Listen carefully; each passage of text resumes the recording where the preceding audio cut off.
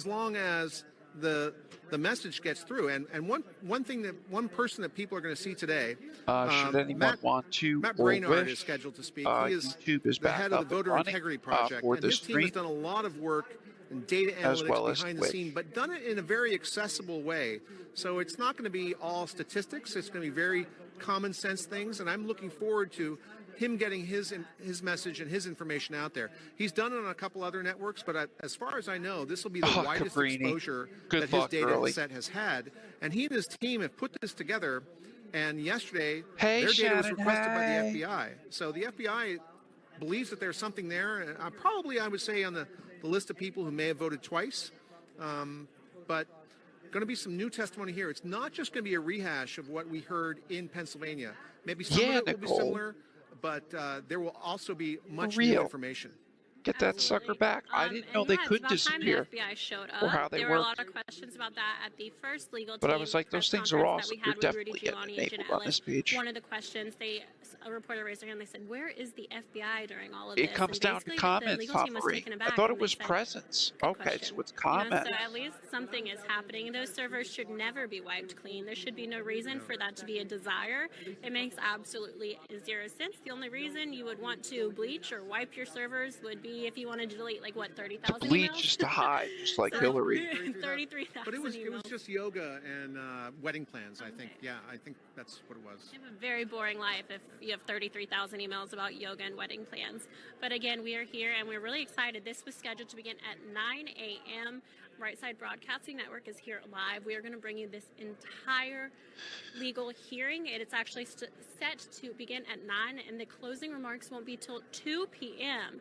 So if you guys really want to say that there's nothing going on, there's no evidence, let's see what they can fill a 5-hour hearing with. I mean, this is going to be very long. We're excited. If you get bored while watching this, I doubt that that'll happen. But just remember to check out our sponsor over at MyPillow.com. Mike Lindell has been an incredible partner with us here at Right Side Broadcasting Network. His partnership with MyPillow and you guys just absolutely blowing the sails out of the water have made it possible for us to be at legal hearings like this and to expand our horizons and what we do here as a news network. We want to be able to cover more of this, more White House events, more press conferences, and be a voice for the people on the ground to represent you and just to be able to get the truth out to the American people. The same way President Trump has been bypassing mainstream media, Right Side Broadcasting Network is tagging along right behind him. Uphill battle, but we're ready to fight it. MyPillow and Mike Lindell have been able to make that possible. So this is a great time for you to get some of your Christmas shopping in. And we have a huge code. You can use code RSBN at checkout at mypillow.com for up to 66% off your entire order. Some of these are incredible deals, especially the regular MyPillows that are normally at $69.98. With code RSBN, you can get it for $29.98. Huge savings, so make sure you get those for everyone in your household. The perfect gift for a conservative and the best gag gift for a liberal, because I'm going to give it to all my friends. I know, right? He's a historic patriot at this point. I mean, when you see Mike Lindell, when you see MyPillow, you think President Trump. He's been out there campaigning so hard. So help him, help us by going to mypillow.com and using code RSBN at checkout for up to 66% off your entire order. It sounds like we might be beginning soon, so we are going to step aside and we'll be live in the microphone. Last minute thoughts, Blake? As I said, I think that this is going to be open some eyes here. I know that good to see you, brother. There's going to be a lot of information put forth. So hope this finds you well, save man. this feed, share it, like it, so you can go back and reference it later. At any point in time, they've already asked everybody to take their seats. What do you ride, by the way? You can hear that, and I think that at this point, America's mayor is right behind me on my left, and we're going to move off camera. Well, we do. And where's the MyPillow guy? Their seats. So Want to support. At this point, honestly, he was still good through C19. And bring you the entire hearings Remember when he was at the White House? From the Hyatt Regency in Phoenix, Arizona. You know, he used to be addicted to crack. We will see you after the hearings conclude. Real bad, to the point to where his dealers actually cut him off at one point in his life, and that's what made him so religious. I always thought that the cross he wore, you know, around his neck in the commercials was like a selling ploy or tactic, but he said that's what grew his connection with the Lord. He was homeless, Now he's a multimillionaire, you know. But it kept him humble, and it just goes to show that with the American dream, you can Okay, still now that achieve. everybody has a seat, would you please stand for the invocation and the Pledge of Allegiance? There you go. Let's proceed here. Hats off. Pastor Lydia, if you would please honor us with a prayer. Oh, yeah, Sean.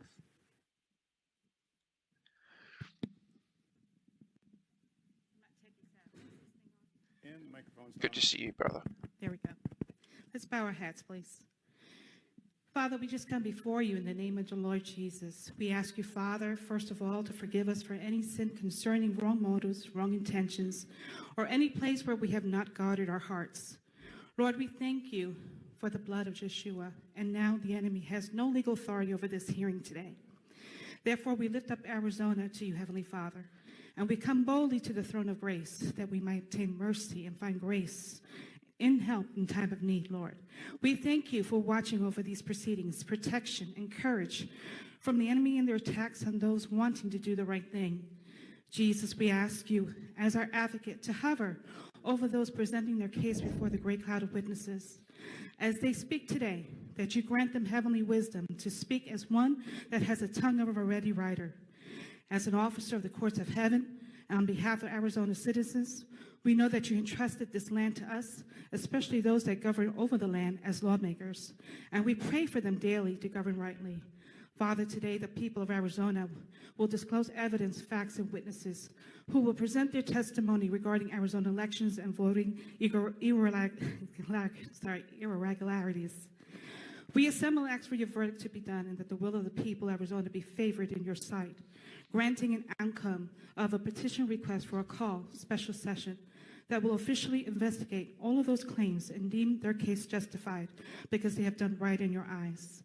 As the Arizona registrars make decisions today, Father, we ask you to give them wisdom and a heart of understanding to make decisions that would strengthen and prosper our nation.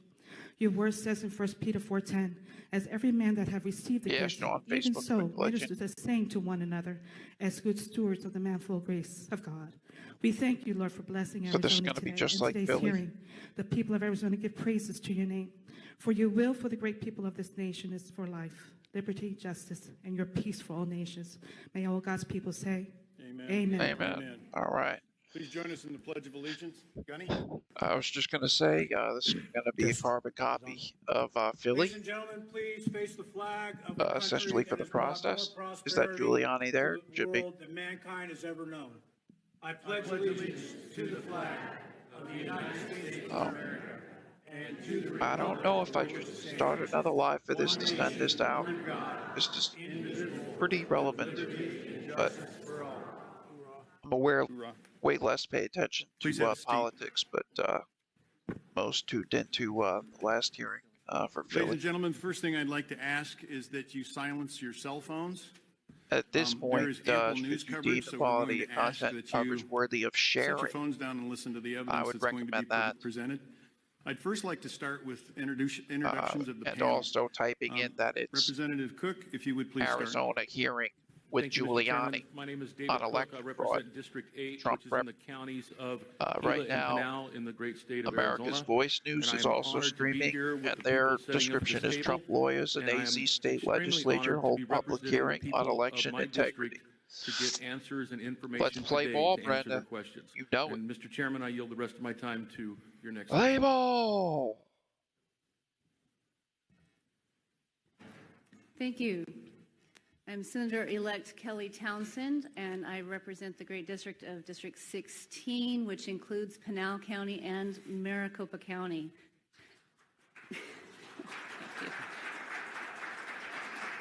I'm here today because what is most important to me is truth. I want to discover what is true here in Arizona. It is most important. And when we have so many things to look at and we're not sure, I thought about what do we do with all of this? And it reminded me of something my pastor said. You go back to what you did at the beginning. At the beginning of this country, we had George Washington, who was known for his honesty. And he told his friend Charles Thurston, truth will ultimately prevail where pains is taken to bring it to light. It may be painful to reach this truth, but we must reach it. Thank you.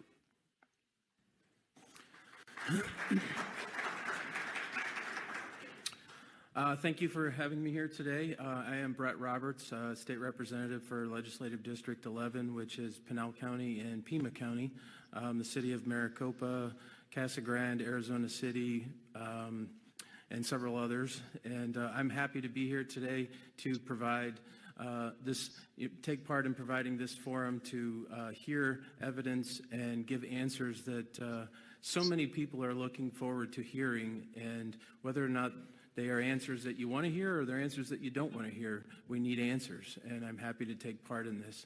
Thank you very much. Arizona, Page. Good Arizona. morning. I'm Senator-elect Nancy Bartow, and I am so pleased to be here on behalf of the incredible voters in District 15. I do have a better angle. Who live Just in let me North pull it Phoenix up and I'll switch primarily, to it. Scottsdale, Cave Creek, Glendale, all in Maricopa County. It is a true honor to be their voice today and to be here on their behalf to listen to the facts, the evidence. Because there's a lack of confidence in our election system at this point in time, in 2020 in Arizona. We're told many times over and over again, ad nauseum, throughout election campaigns, that your vote counts. Get out and vote. Your vote counts. Does it? Arizonans want to know. And that's why we're here, to listen to evidence and testimony and answer that question wherever it leads. We need to restore confidence in our election system, and I look forward to being a participant on behalf of District 15 and all of Arizona to get this information out, hear the evidence, and make sure that we have elections that the people... Just going to give you a better angle here. My apologies. County, everywhere from Lake Havasu City, Kingman, Bullhead, Parker, and I think all of us can share the same story that we've been receiving thousands of emails a day from constituents, and they want answers, and rightfully so.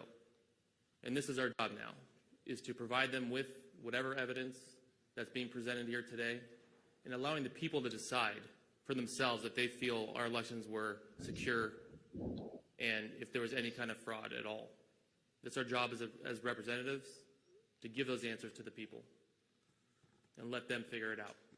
So I'm honored to be here on this panel. I'm honored to represent the state of Arizona and District 5. It's their microphone, by the way.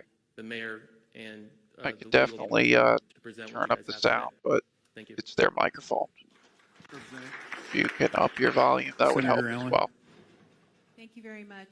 I'm Sylvia Allen. I represent District 6, which is the rural heart of Arizona, the most beautiful part of the state, you guys. And I've been so honored to be able to represent this district. It's Navajo County, it's Gila County, it's Yavapai County, Coconino County, all the way to the south rim of the Grand Canyon. So I'm here representing 4 counties. And I have also received hundreds and hundreds of emails from citizens not only in my district, but all across the state, saying, please, Senator Allen, please listen to what is out there, the testimony that's out there, the different evidence that's being gathered. Please be sure that my vote counts. Cool as a cucumber, Please be sure Michael that our Wilson. I elections are tried. safe. No, I'm just kidding. Appreciate you. Also, as I read the U.S. Constitution, goes both ways. and 10 times I've taken an oath as a political leader to uphold the Constitution of the United States. No and kidding, also our Linda. state Good for you. Constitution. What does that really mean? Bless your heart. The legislature is the people's house. This is the people's part of government, and it's important that we protect our right to vote. And the legislature, under the Constitution, we're responsible to be sure that our electors that we send from the state to the Electoral College, that we have sent it when we've had an election that has been fair and correct and legal. So I'm very pleased to be here today, and thank you to everyone that's worked so hard to put this together. And I am hoping that what we learned today, we'll pay attention, you guys, and that we will go forward and we'll be sure that we can correct the problems that have taken place. Thank you. Exactly, Linda. Amen. I'm Senator David Gowan. I'm from Legislative District 14, the rural Arizona. I mean, we're actually the heart of rural Arizona. No. Right. Sorry, No fighting. Sylvia. Actually, so I represent Cochise counties, Graham, Greenlee, and East Pima, actually. So I got a little bit of Pima in there. Anybody from that region? So where's my clapping? I mean, I heard the clapping for the others. There we go. Thank you. You know, I want to thank Mayor Giuliani for coming in and with his team and preparing to show us some evidence of what might be going on out there with fraud. And hopefully this leads to something big here that we see coming up, either by fixing something or actually allowing us to go in and see the issues at hand so we can actually fix what's going on. You know, that's what we are as a legislature. We're your body, right? So we are what you would consider closest to the people. And through that, we need to be able to do the process that allows the people to be confident in their elections. So that's why I'm proud to be here, and I'm happy that we've been invited to this and willing to listen and learn. So thank you. I'm Sonny Borelli. I'm the Senate Majority Whip. My legislative district is District 5. I represent Mojave and La Paz County, which represents 3/4 of the west coast of Arizona, away from the left coast. So, yes, and I can see California from my house. But my colleagues, awesome. comments, Thanks, I can't Steph. say more than Good to other meet than you, we are Bess. here for clarity and transparency. And I'm Sonny Borelli, and I approve their message. Melinda. Thank you.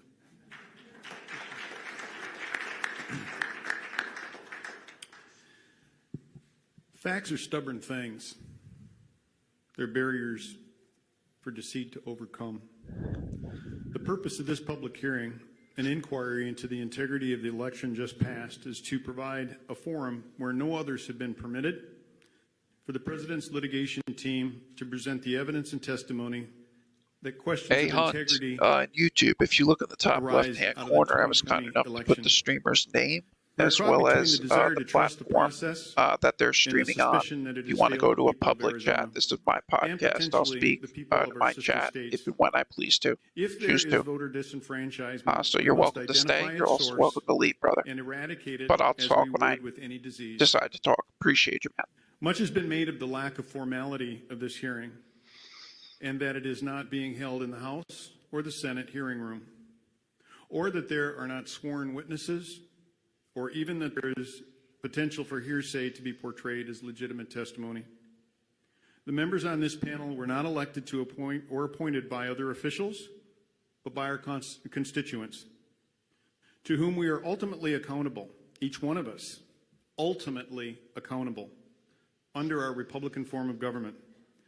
The goal of this hearing is to provide an objective forum for constituents to hear testimony and see evidence that supports or refutes allegations that the 2020 general election is legitimate or illegitimate. After all, we still live under a form of government that is dependent upon the consent of the governed. Under Article 2, Section 1, quote, each state shall appoint in such manner as the legislature thereof may direct a number of electors equal to the number of senators and representatives to which the state may be entitled in Congress. And under Article 6, the Constitution, the laws of the United States, which shall be made in pursuance thereof, and all the treaties made which shall be made under that authority of the United States shall be the supreme law of the land. And finally, under Article 4, Section 4, the Guarantee Clause, we are all guaranteed, each state, a Republican form of government, the foundation of which is self-governance through free and fair elections, accurately reflecting the will of the people. We are not here to do anything more than to receive facts as witnesses know them through testimony and evidence. We are not here to judge the people making the decisions that lead to the facts provided as evidence. That's all you There had are to say, some Victor. who demand that witnesses And it's swear their no, mic. and The others who issue may is dismiss it's the testimony varying so presented. much. I had In to the turn end, their people of mic the up state of so Arizona much, help somebody demand else out and, on their frankly, end. are that it entitled affected to know me whether on their mine. trust has been violated So I appreciate and if they the audio should seek redress for their feedback, but grievances constructive in feedback the legislature is or the appreciated. courts. From the material presented in this inquiry, I expect that the panel will generate from the consumption of the House and Senate for the consumption of the House and Senate membership, and as matter of public record, a report on the proceedings and a video archive that may be used as evidence of this proceeding. With that, Mayor Giuliani, please proceed. Representative Fincham, distinguished senators and representatives, thank you very much for giving us this opportunity to be heard. It's been difficult getting an opportunity to be heard. Oh, girls. It's America after all, and our side of the story is legitimate. Our side of the story needs to be heard, and it's been uniformly censored by big tech, Let me crank this big up. media, the crooked Democrats, and basically people who are saying, don't show us the facts. We've decided already that this is a free and fair election. It was done perfectly. Please don't interrupt that narrative with the truth. There. But we're going to interrupt that narrative this morning. I might switch us to I have with me Jenna Ellis, who's my co-counsel representing the Stand President by. of the United States. And let me bring us to right side.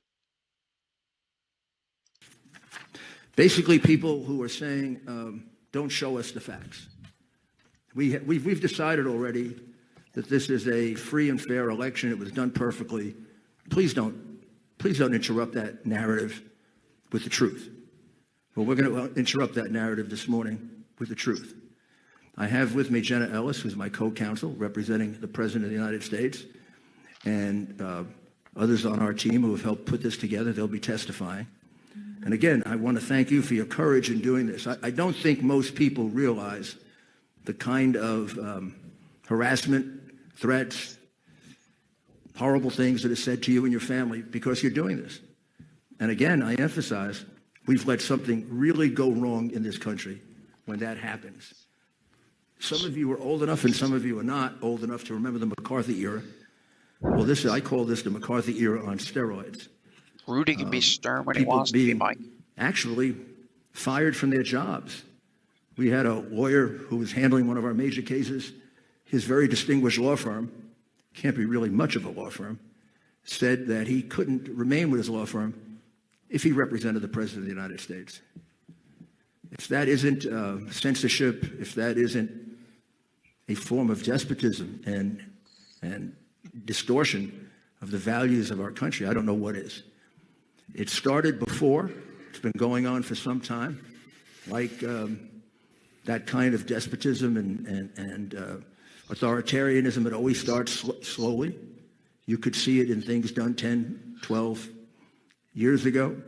I think the pandemic released the tendencies of left-wing, socialist-leaning, socialist governors, congressmen, senators, to move to where socialism always moves to. In the history of socialism, which is an old idea, not a new idea, authoritarianism is always the end result. I got you. Because when the government controls property, the government controls. And it doesn't want to be interrupted by the stupid ideas of the dumb people of the country. The elite know better. Boy, doesn't that sound like America today? I mean, that was Russia, that was China, that is China. That was Poland, that was Bulgaria, that was East Berlin. Gosh, I thought we fought that and got rid of it. Never thought I'd see it in America. It's in America.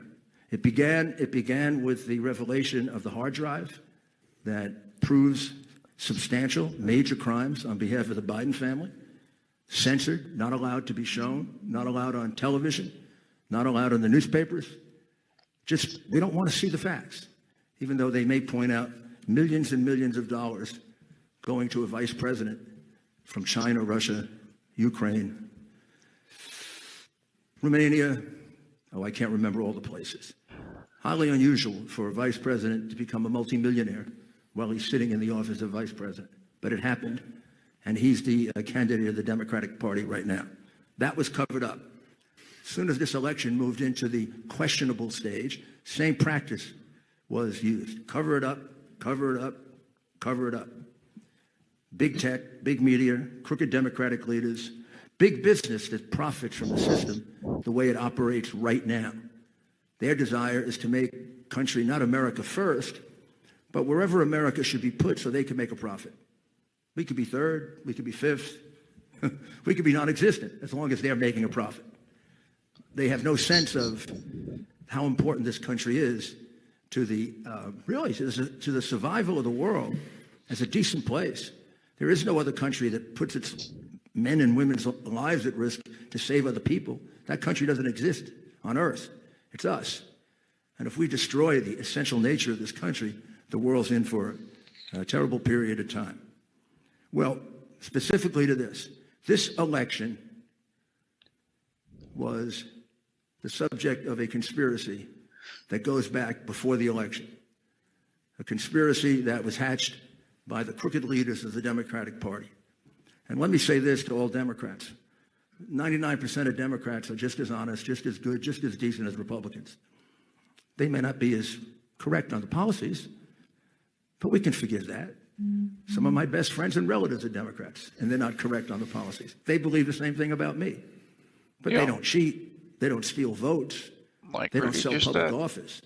The very, very top of the Democratic Party has been corrupted badly since Clinton, and it's carrying itself through, and it hasn't been exercised. The head hasn't been cut off yet of that corruption. This conspiracy isn't limited to, but as you hear the testimony, I think you'll figure it out, just like the people in Pennsylvania and later in the week the people in Michigan. It centers around the mail-in ballots and the absentee ballots. We've been warned for 20 years that going to major mail-in ballots as a way of doing our elections will be fraught with tremendous fraud. They're very dangerous. It's almost impossible for even semi-crooked politicians to resist the temptation to use it for ballot stuffing. We were warned by President Jimmy Carter. We were warned by former Secretary of State Jim Baker in a report, very, very consequential report. They said we should never do it. And if we do it, it should be extremely limited to the real absentee situations like we have done in the past. We were warned by Justice Souter in the Supreme Court, warned by many, many experts, Republican and Democrat. Democrats used to be against mail-in ballots, like they were against everything else until President Trump was for it, which gives you a sense they're not thinking about the country. They're thinking about competitive advantage, getting their power back, serving their greed for power and money. So when they saw the mail-in ballot situation, they said, wow, we could change an election in the past, like they did in Chicago in 1960 with Governor Mayor Daley, like they did in Florida or tried to do just last year in Florida by turning the votes in Broward and Palm Beach County, holding them back for 2 weeks and seeing if they could get enough absentee ballots made up. They couldn't get there. They couldn't get there because there were only like 300,000 or 400,000 absentee ballots. You can't expand it to 1 million. But when you have 2.5 million mail-in ballots, you can expand it to 3 million or 3.2 million. Or you can count it 4 or 5 times in the machine. There's plenty of room for cheating, which is why they slowed it down. So you're in it with other states. It's not just Arizona that has been conned, and the people of Arizona taken advantage of, and their right to vote taken away from them. It's the people of Pennsylvania, Michigan, Wisconsin, Nevada, Georgia, and Arizona that we know of. And if your right to vote has been taken away, so is mine. We have an illegitimate election. We have demonstrably wrong numbers in those states. In your state, a lot of the fraud had to do with the mail-in system, as it did in other places. Your state's a little bit different than Michigan and Pennsylvania. Your state, it wasn't full and complete shutout of all Republicans in seeing mail-in ballots and ballots that were in dispute. But it was significant. A significant number of these witnesses were shut out when the important determination was being made, is this ballot valid or isn't it? When you make that determination, as a matter of law in almost every state in the country, And just as a matter of due process and fairness, we'd all agree both parties should get to see it. That's the last time you get to check the validity of the ballot. That's why mail-in ballots are different. We can go back to the machines and we can study the machines. Maybe we can pick up the fraud and the evidence of it, because there's traces left in it. But once the envelope is separated from the ballot, appreciate the civility. You will never know how to connect the fraud, which is why President Carter and Jimmy Baker said it's a field day for fraud. The way you accomplish the fraud is you don't have an independent party or a Republican. If you're going to cheat the Republicans, you don't have him in the room so he can object to it and point it out. Look, this is the same handwriting on 12 ballots. Oh, they didn't fill out the envelope. They just filled out the ballot. Or this seems like it was done by a machine. Those are the things you can object to. So in probably at least 100,000 situations in Maricopa County alone and Pima, you did not have the opportunity to do that. Those votes should be declared null and void. You also, in addition, however, had your own variations, as the other states did. So the key fraud is the mail-in ballot. That was the backup in case they fell too far behind.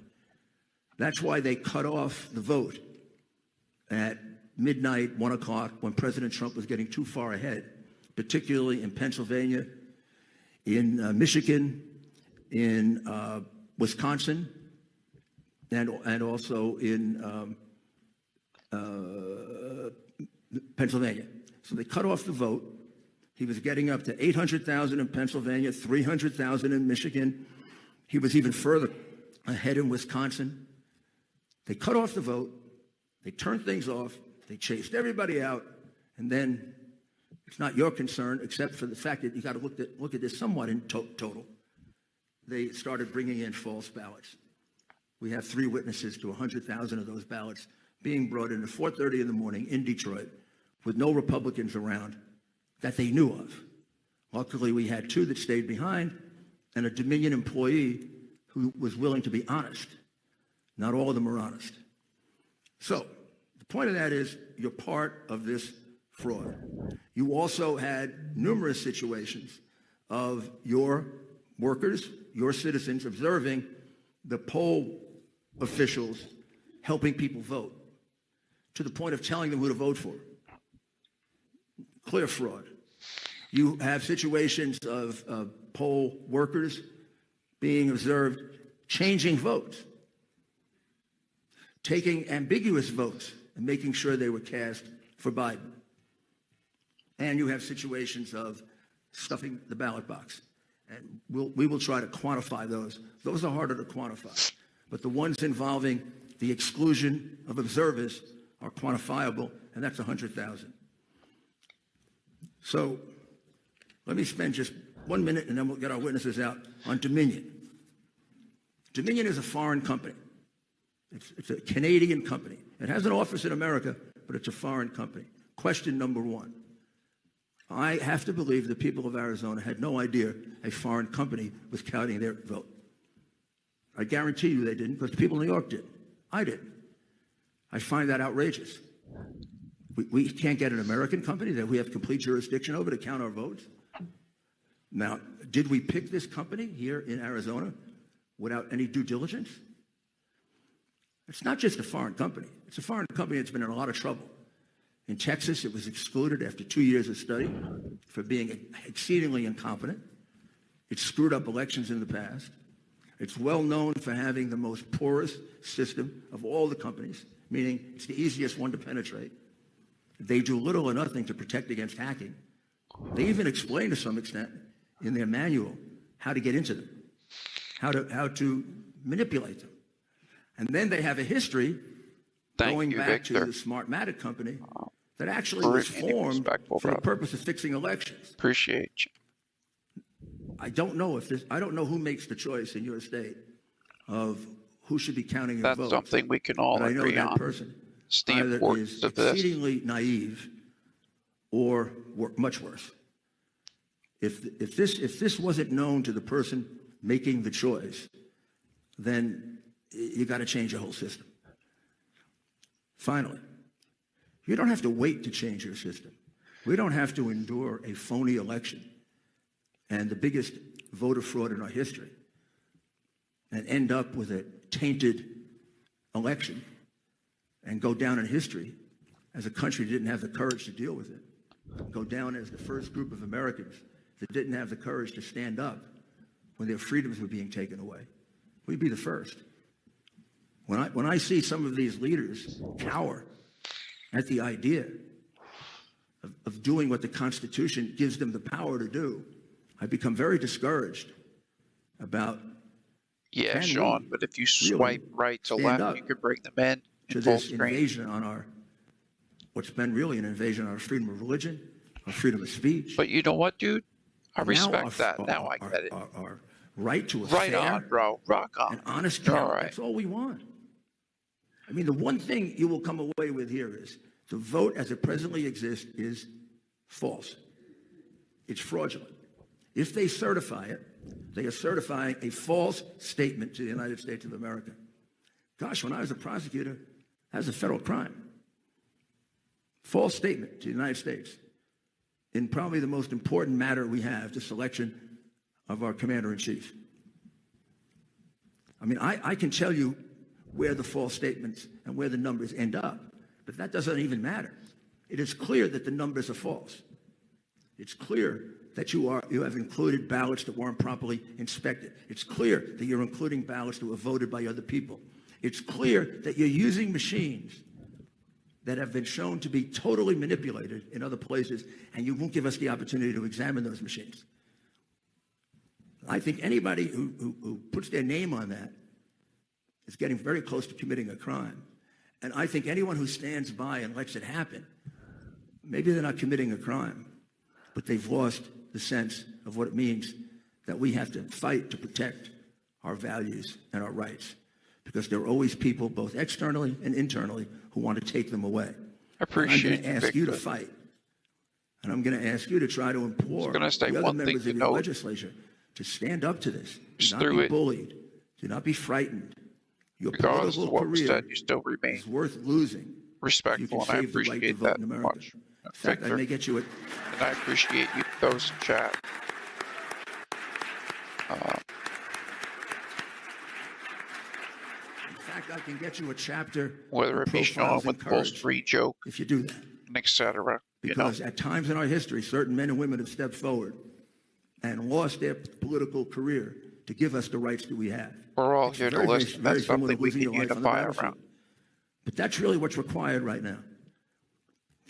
Under the Constitution, and we are going to give all of you the memorandum from Professor Eastman, very short and very direct, and you can just go to the third page. It makes it very clear that under Article 2, I would have sniped you with the Section popcorn 1, from behind Clause 2 before it even happened, Victor. of the document that guides us. We're not guided by your governor. We're not guided by your Secretary of State. We're not guided by Joe Biden. We're not guided by the New York Times. And we're not guided by all those stations that call the election. You know what we're guided by? The Constitution of the United States.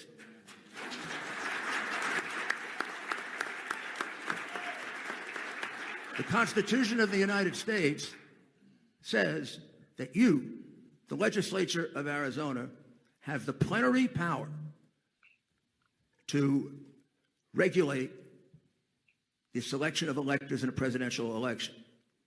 The Supreme Court, in the case that you will see cited there in McPherson, has already answered the question that many ignorant talking heads who really shouldn't be representing anyone because they're incompetent, on television they say, well, you can't change it retrospectively. You can only change it prospectively. Now, I doubt whether they know the difference between retrospectively and prospectively, but I don't want to be mean. Ha. The United States Supreme Court, I think it's in 1892, said you can change it at any time. It's your constitutional power solely. You don't share it with anybody. That clause doesn't say Congress. It doesn't say governor. It doesn't say newspapers. It says the state legislature. And the Supreme Court has said you can change that and take that power back anytime you want to, because it's your power. It's not theirs. Whatever power the governor or the secretary of state thinks they're exercising, it isn't theirs. It's the legislature's. You can take it back.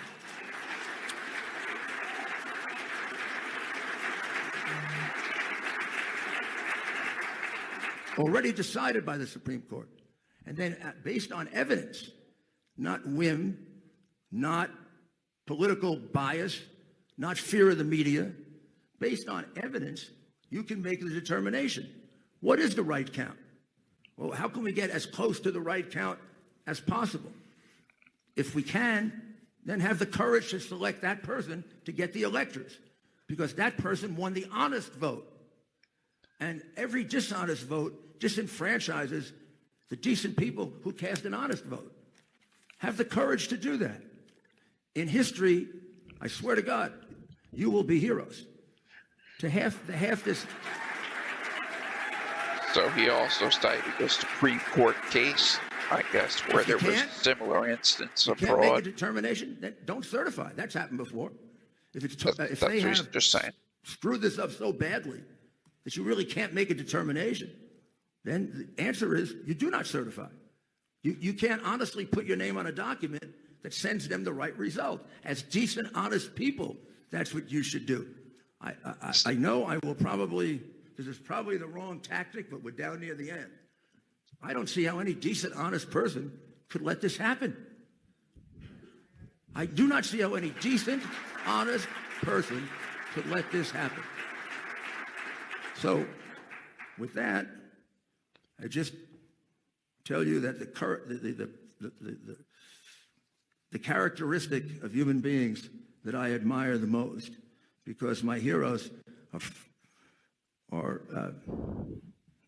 Churchill, Reagan, who's the only president I worked for, my hero, and now our new president, who's been my friend for 30 years, and I always knew he'd be a good president, didn't know he'd be a great president. And that's the reason they want him out so badly, because he threatens them with destroying the corrupt system they have been enjoying in Washington since Bill Clinton got there.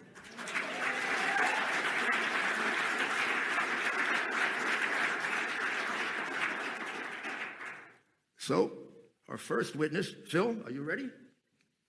Oh, yes, why don't we, do you want to explain this? Yeah, Joey. I think they were worried about them knocking down the fence again. But I agree. And good morning. Especially if they were thank you told so to go much there. to the panel and the Arizona legislature for having us today. This is incredibly important, and I can't underscore enough what the mayor has presented today about the opportunity that you all have to make sure that you use the constitutional provisions that our founders so keenly foresaw would be necessary for today. And this document that we want to present to you is called The Constitutional Authority of the State Legislatures to Choose Electors. We will present to you the facts, the evidence, and the witnesses so that you can make that determination. But we want you to have the research from someone else who is a constitutional law expert so that you can hear from someone else besides us that is also affirming the argument that we make today. And this document is very short, but it talks about the McPherson versus Blacker case, which for reporters, I would encourage you all to look it up and maybe write some articles about it. It's 146 US 1, and if you look at page 35, this was an 1892 case. And it says, nonetheless, the constitutional power to decide on the method for choosing electors remains exclusively with state legislatures. The Supreme Court has described the constitutional authority of the state legislatures to determine the manner of choosing electors as plenary. It has even noted that whatever provisions may be made by statute or by the state constitution to choose electors by the people, there is no doubt of the right of the legislature to resume that power at any time. And after you hear the facts and the evidence today, and we will give you this document to read, to be able to cite and to draw firm grounding on your Article 2, Section 1.2 authority, we are going to ask you as legislators to reclaim that authority and to make sure that the people of Arizona and indeed the people of the United States of America as a whole are not disenfranchised by corruption. Federalist 68, Alexander Hamilton talks about the method of choosing our chief magistrate, our president of the United States, and that this safeguard of vesting that authority exclusively with the state legislatures is the safeguard to making sure that corruption does not win. And when the vote of the people and the voice of the people is corrupted through influence, through fraud, then it is the responsibility, the duty, and the obligation, not just the choice, but the actual duty and obligation of the legislature to step in and to make sure that you don't certify false results. You are the last step to make sure that this election is not corrupted. And again, we aren't asking you to step in and overturn an election. We are asking you to step in to make sure that the corruption that occurred here does not stand. And this is exactly why you are on the front lines. So with your permission, Mr. Chairman, I'll approach and get these. Yes, thank you, Ms. Ellis, please. Thank you. Mr. Giuliani, are you ready for Colonel Waldron? Colonel Waldron is our first witness, and I'll ask him a few questions, and then he will make his own presentation, and then, of course, you're perfectly free to ask him any questions that you want. Colonel Waldron, did you have the opportunity to examine any of the Dominion machines that were used in this election? Yes, sir. Our team looked at some machines and software up in Michigan. So you know that Dominion machines were used in Maricopa County to count the vote. Correct. And they were also used in Michigan. Michigan, Georgia, Pennsylvania. And the machines that you observed, took a look at, were able to examine, were used in the Michigan vote? Correct. Now tell us a little about Dominion. Dominion is a company that makes voting machines and voting calculation machines. That's correct. They've got full end-to-end election, equipment and software. And the actual software in the Dominion machine, is that Dominion software or is it someone else's? Dominion is more of a hybrid. Over the years, they've acquired other voting companies, Sequoia and Premier. Sequoia was spun off of SGO, and Premier was spun off of Diebold as a result of the antitrust lawsuit. Sequoia is the company that was involved in the very serious miscalculation of the Chicago vote in 2007, wasn't it? I believe that's correct, yes, sir. And they were using Smartmatic software, right? Correct. And the software, the licensing agreements are pretty well. It's a good spider chart for all. I think you guys know this, but DNA and the software code. As they go over the details, And just that want to say, Smartmatic, their roots are in should you deem the Venezuela. content Isn't that right? coverage worthy Yes, of sir. liking and Hugo reacting? Chavez You have was one not of the- already. one of It the does go a founders. long way with the algorithm to get this out Invested, I think, 28% to others ownership in the initial in a setup time of, where it's already difficult, as of is. the SGO election systems. Truly And they helpful have the been algorithm. involved in several South American elections that were fixed, altered. Argentina, Bolivia, Singapore, Venezuela, Italy, several. And just to simplify things, and we can make this available to He you, wasn't up last we've- night that I know of, we have Victor, but several was the night witnesses before.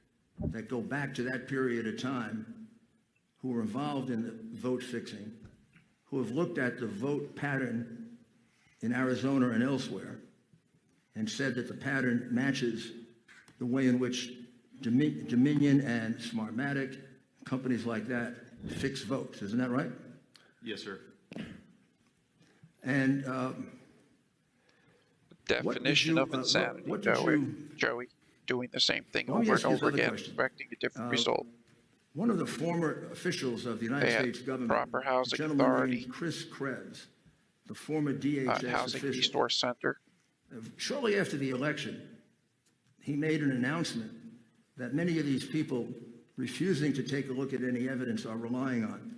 What did he Sorry, say? but above all, leadership. Mr. Krebs was They the could save director a con of CISA and not have to DHS, keep doing that. and he basically said that this election was the most secure in history. Trust me, Denver PD don't want to be The out most there. secure in history. And partially And that they was wouldn't because have to if the the city states, addressed it. So they're like the manager. excellent They're the job of ones who should be validating held voter accountable. rolls, and that Highest this level. equipment is not connected to the internet. That was in his. He said Kind of this, like shooting the this is messenger in not a this way, 'cause the equipment, cops caught in which the was middle. largely Dominion and several others, Because is technically not it's connected law, to the internet. whatever the city correct? is citing or Yes, sir. using, whatever Now, is ordinance Dominion to on his cut council? that area off and push them out. Dominion was on Mr. Krebs' Election Security Advisory Council.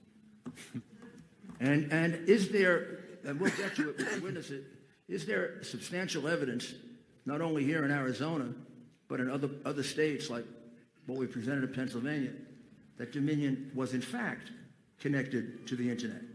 Are you referring to information other than the user's manual? Well, let's go back to the user's manual. Tell them about the user's manual.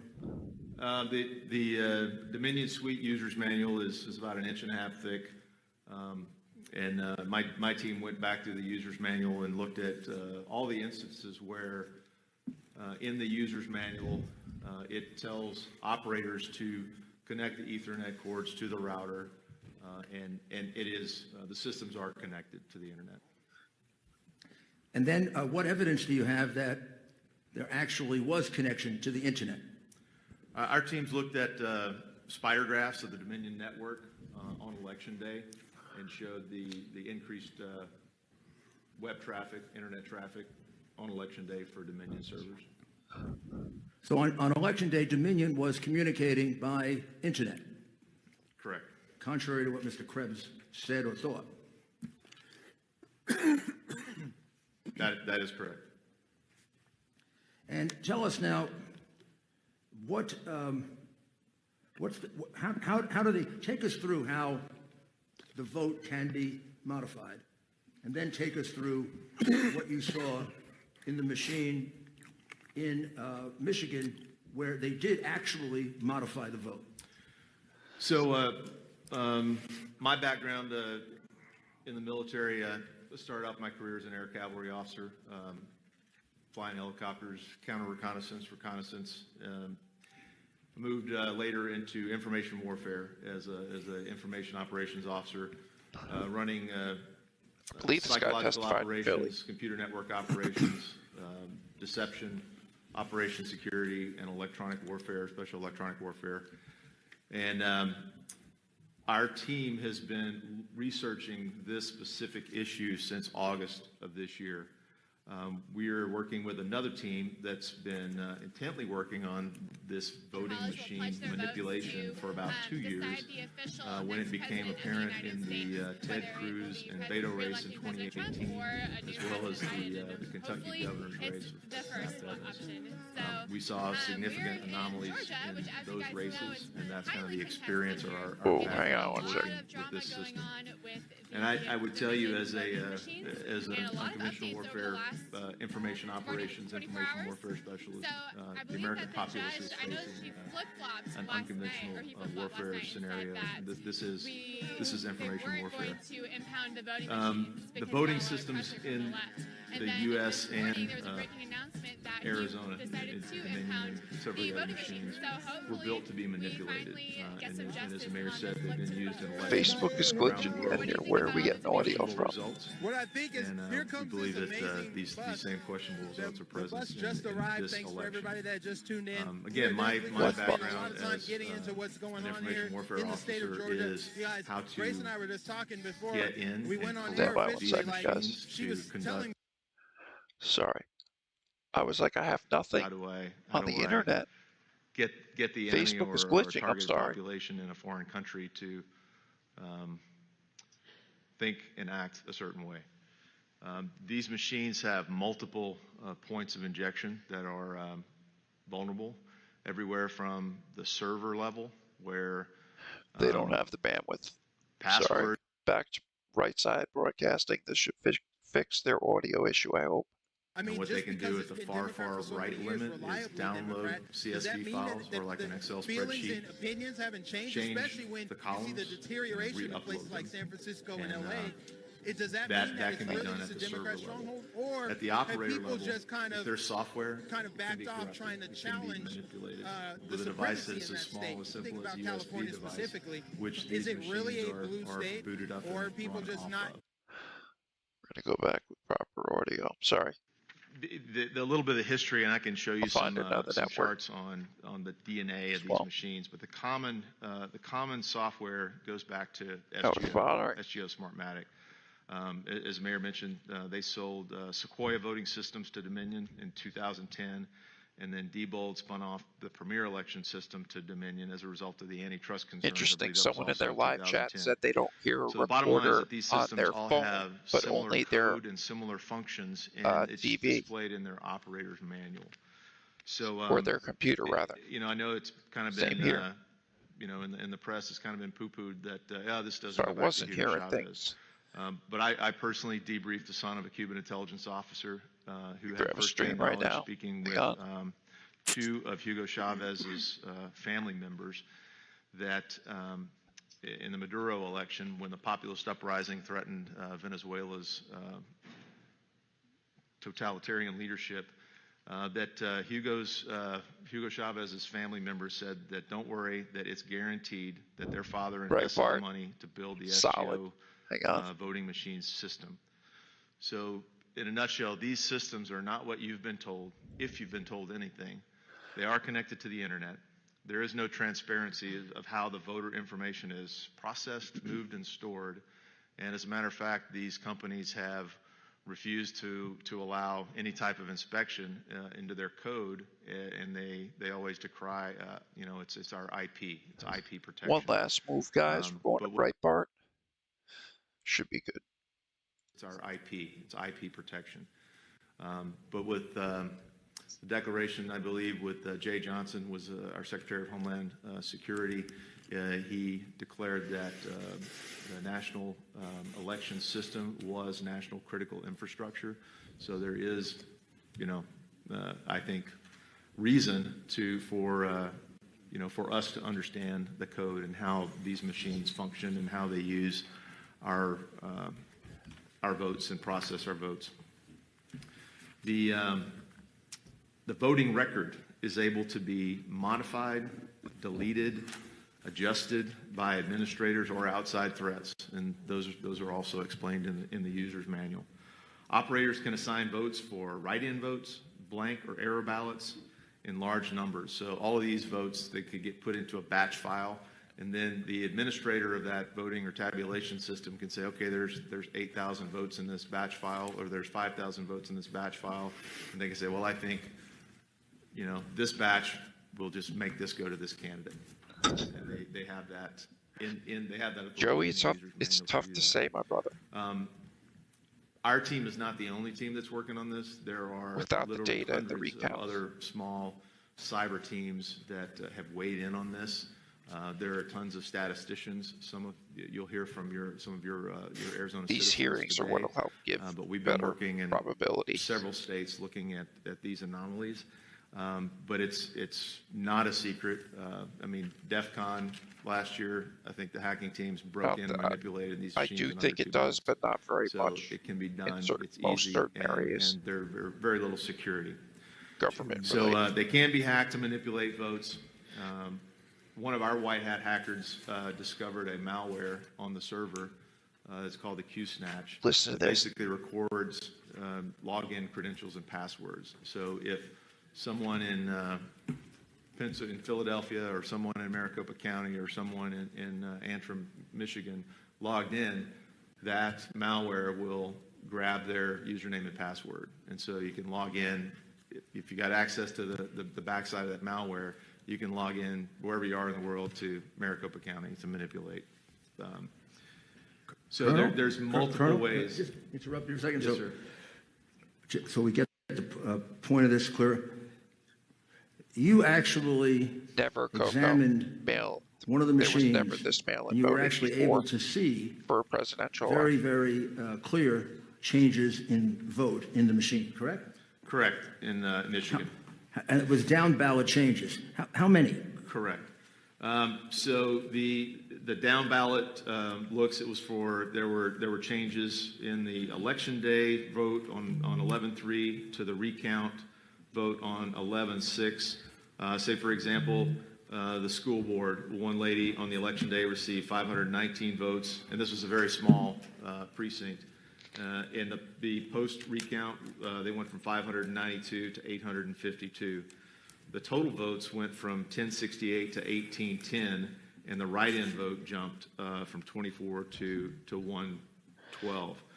There was another I agree. proposition on a state proposal that 100% jumped significantly from 700 votes on election day up to 1083 on the recount. So there are a lot of variabilities, and what we believe this Definitely a is due media to is factor, the doing USB everything to drive run a that was used in the counter-propaganda election day campaign. versus the post-election recount. Well, this People don't know any proposition, better. when I see, I think we should give them a copy of this, make this available to them, because it shows on the day of the election, this is a proposition about the use of future revenues generated from oil and gas Never bonuses. anything at this And I massive take it event, it was fairly controversial. because they knew what So the would first happen. vote was 774 for, 508 against. The second vote was 1083 for and 206 against. Quite a difference. Now, how did that difference come about? How do you accomplish that difference? How does the machine change from after the votes are cast? What does the machine remember other votes?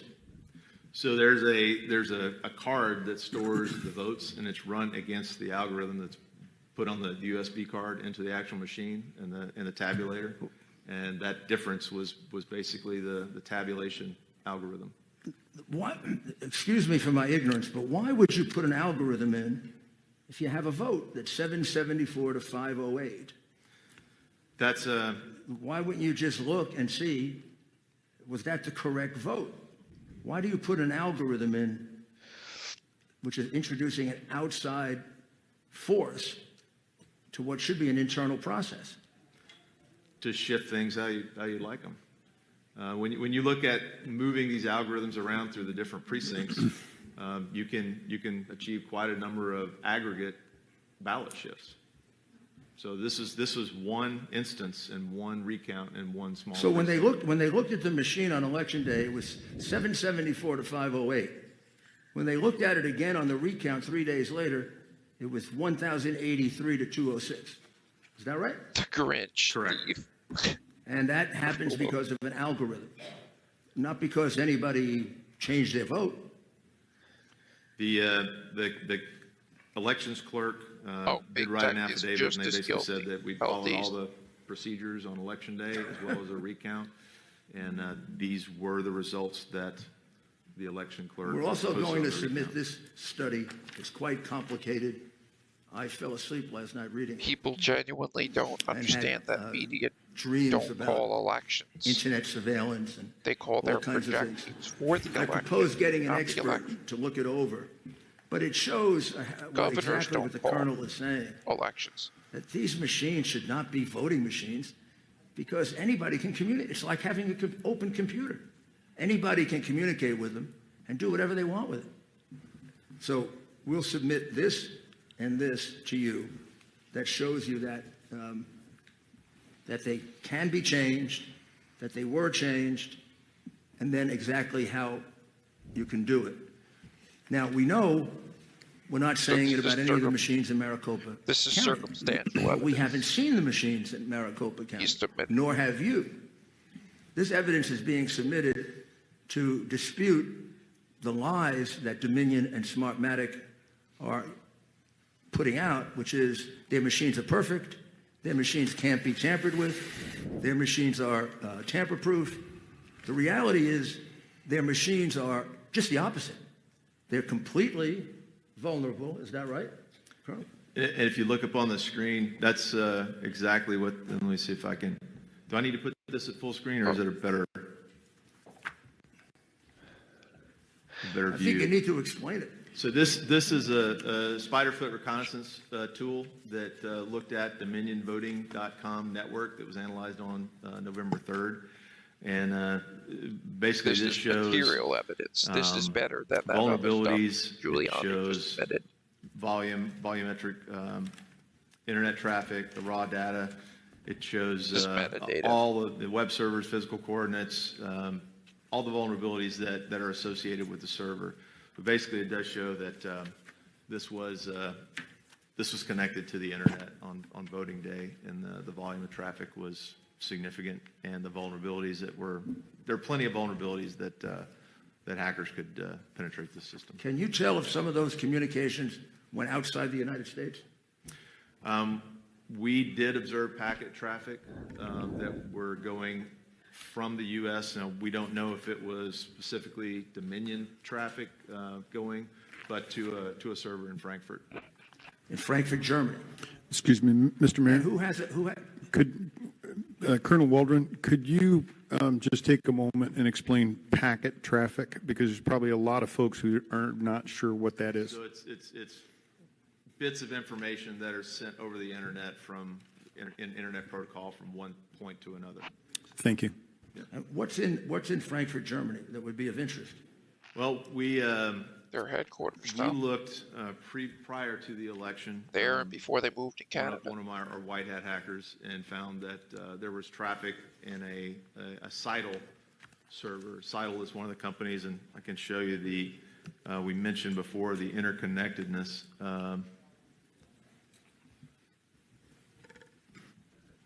Not that one. The interconnectedness of these companies. So this is sort of a historical link to all the voting companies, and we got Smartmatic in the middle. It's a licensor to Dominion Voting Systems. Seidel runs election Facebook said night the reporting that it wasn't through SOE software and Clarity Elections over here. And Clarity Elections is if you click up on a lot of the county and Secretary of State voting systems, it'll pop up as property of Clarity Elections. So it doesn't really belong to the counties. It doesn't really belong to you. It really belongs to Clarity Elections. So, I mean, just to make it simple, a Dominion machine that I go in and vote, it is susceptible to easily having that vote changed from the outside, or by them in particular. By an authorized user or an unauthorized user. By an authorized or unauthorized user? Correct. As well? A hacker. A hacker. So my vote is only as good as the integrity of Dominion and all the hackers that exist that can get into the Dominion machine. Your vote is not as secure as your Venmo account. Pardon me? Say that one more time. Your vote is not as secure as your Venmo account. Correct. Venmo is on. Can you think of any reason why anyone would hire them to count votes in the United States? It is encrypted. I could postulate a lot of. Are any of them good reasons? They have a strong lobby. They work with the government. They work with state government agencies, and they've got the infrastructure to sell their services. What could go wrong? Can you now look at, in reference to Arizona, the analysis you did of the vote in Maricopa and Pima counties that was reported? It's the Arizona fixing the vote chart. So we notice a difference in Arizona versus the other states. Our team mostly focused on what we call spike analysis, which were electronic inject of a lot of votes, and where the number of votes that were injected in a specific time period exceeded the ability of the scanners to process ballots and upload. So basically, it's a signal of a potential anomaly where we would want to go in and do forensic analysis on the ballots that were processed in those batches to analyze. The way that these systems work is that you can run votes in, run votes in, run votes in, and if you get write-in ballots or error ballots, it just accumulates them into a batch file. And there may be, 2,000, 3,000, 4,000, 5,000 votes in this batch Eric, file. that's not and the then the purpose of administrator what they're or doing. tabulator They're can just go, doing okay, it I'm ready to process because batch file, and they send it. And what then the it other side records is those saying votes. is the opposite. So they're doing in it the to user's neutralize that manual, there's conversation, but this is ways that specific data. it shows that the administrator can vote that If batch. they in get, a like, 80%, 20%, 100%. the data However, subpoena, the administrator chooses, then it and can that be basically analyzed, is like a in tool Philly. to allow them to move votes through the system faster. So Arizona was a little bit different. It had a pretty strong rise right up at the front, the first part of voting day, whereas the other states, and I can show you those, have a gradual increase in votes. And this may have been due to the fact that Arizona allowed early counting and tabulation, so those batch files could have been dropped in right away. But this injection spike at 8:06:40 p.m., and this is adjusted from Zulu time. There's so a this secondary is one. 143,100 votes that were injected. That was in excess of what the machines could have processed. The real reason that we believe that this spike was a little bit of an anomaly, and should I show the email that was sent to Eric, the Arizona? this is the more You have the specific floor, sir. material evidence. Yes. The other was more class. So this was an anonymous email that was sent to all members of the Arizona legislature, and it was also sent to DOJ. This individual sent the email, wanted to remain anonymous, but had enough concern that he sent this to the criminal division of the U.S. Department of Justice. He did not want to be included in the investigation, but the information that they recorded was what we would like the opportunity to investigate on your behalf, or a forensics team of your choosing. It doesn't matter to us, but it says that please be advised that Pima County Recorder, located at 240 Northstone Avenue, Tucson, Arizona, in Pima County, Arizona, and the Democratic Party added fraud votes in the initial count to the vote by mail totals released at 8 p.m. on November 3rd, 2020. So this coincides with what we observed in the data analytics at that spike. We weren't aware of this until this email, until after the fact. So there were approximately 35,000 fraud votes added to each Democratic candidate's vote totals. Candidates impacted include county, state, and federal election candidates. Through the utilization of the automated ballot count machines in Pima County elections, which were not Dominion, but they had the same pretty much functionality. My understanding is that 35,000 was embedded into each Democrat vote totals. Below are the meeting notes. A meeting I was invited to by the Democrat Party in Pima County, Arizona on September 10th, 2020.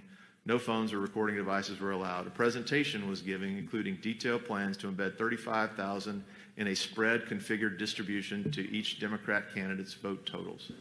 When I asked how in the world that will 35,000 votes be kept hidden from being discovered, it was stated that spread distribution will be embedded across the total registered voter range and will not exceed the registered vote count. For explaining it. And the 35,000 was determined allowable for Which is Pima much County more based constructive on our than the county media, registered just vote making count. claims. It was also without stated that evidence. total voter turnout versus total registered voters Just for the determine record, how an many votes we affidavit can with a embed. witness This is embedding evidence. will auto-adjust based It's on not voter turnout, classified because as the that embed until votes they are have a distributed hearing like sporadically. this. All embedded votes will not be found. If audited, because the embeds are in groups of approximately 1,000. This is so county recorder can declare an oversight issue or error as groups of 1,000 is a normal and acceptable error. So if you believe that your one vote counts for one vote, this is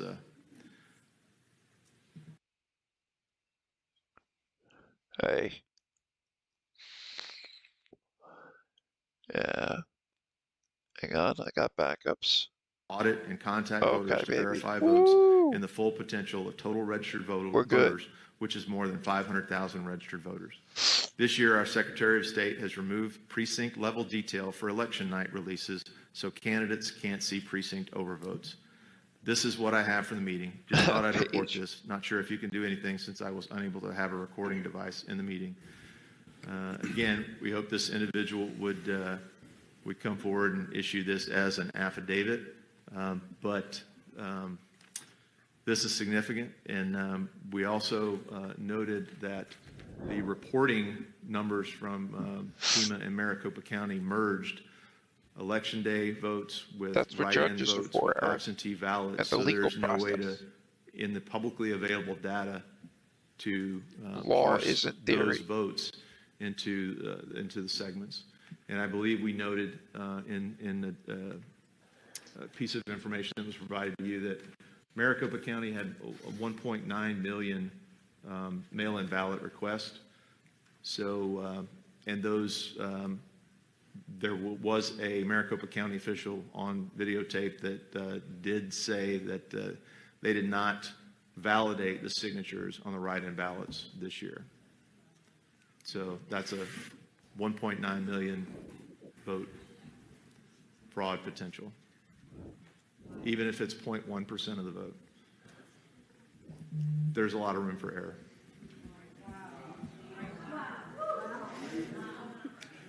Can we just review that quickly for 1 second so we get it right? Ladies and gentlemen, please, I know that you're passionate about this, but there are a lot of people in this world that want to hear this, and if we can't hear the witnesses over remarks, that deprives people of hearing the truth. So what I take from your testimony, Colonel, is that 35,000 votes were embedded for each Democratic candidate in Pima County. Correct. That is the allegation of this email. The allegation by the gentleman who hasn't given us an affidavit. Exactly. That they were distributed based on the voter turnout carefully so they wouldn't look suspicious.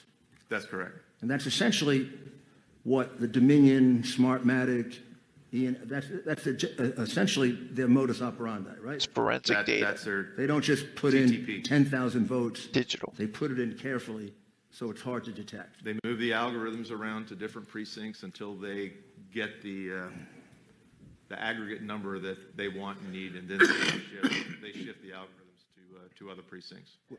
Did the Democratic candidates who got the benefit of those 35,000 false votes include Biden and Harris?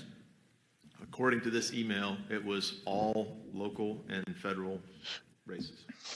So if that were true, then the result of the election is totally opposite the one that they're so anxious to certify. Correct? Yes, sir. Now, and again, this would need email the was sent to every Arizona legislature that I'm. Now, we don't know if the gentleman is telling the truth or not. Correct.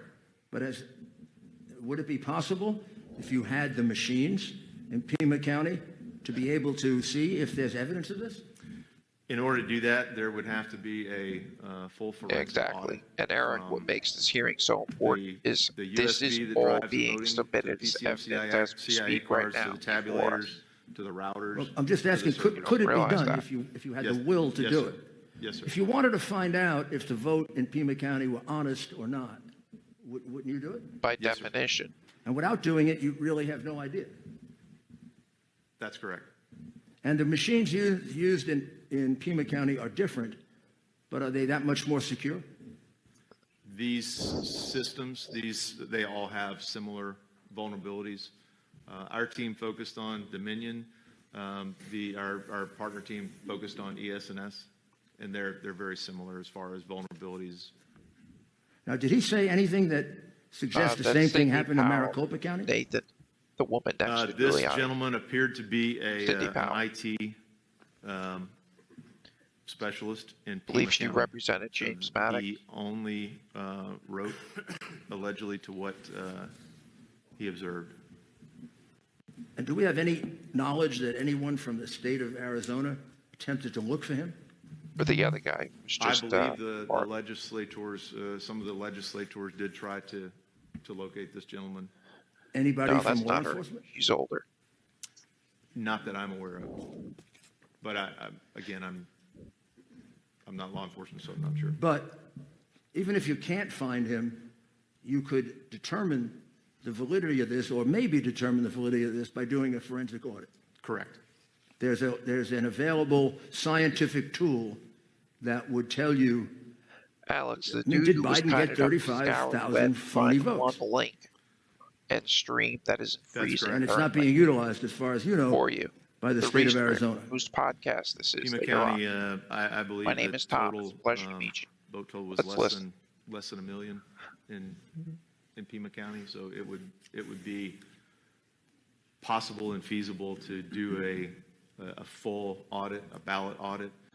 And I also was informed that your state, through the Counterterrorism Information Center and the DPS here in Arizona, do have the capability to analyze and validate ballots for ink consistency. So if there were mass-produced ballots in Maricopa County that were stuffed, your DPS, I've been informed, has the capability to analyze those ballots for paper consistency and ink consistency. So if there were mass-produced ballots, you could determine that on your own.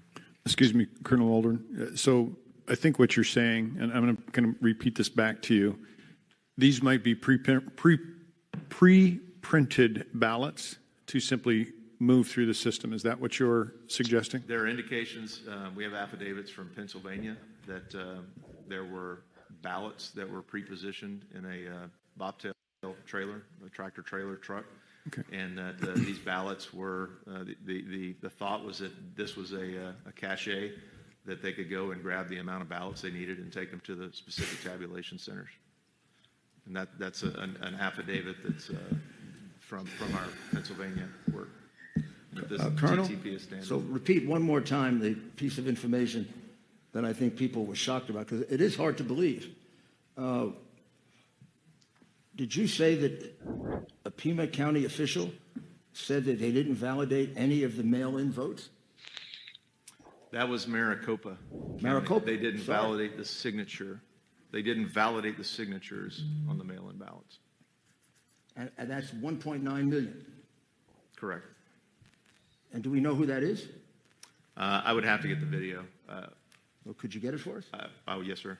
No, you don't have to do it right now, but before the end of the hearing? That would render every one of the 1.9 million votes absolutely never checked for fraud, deceit, mistake.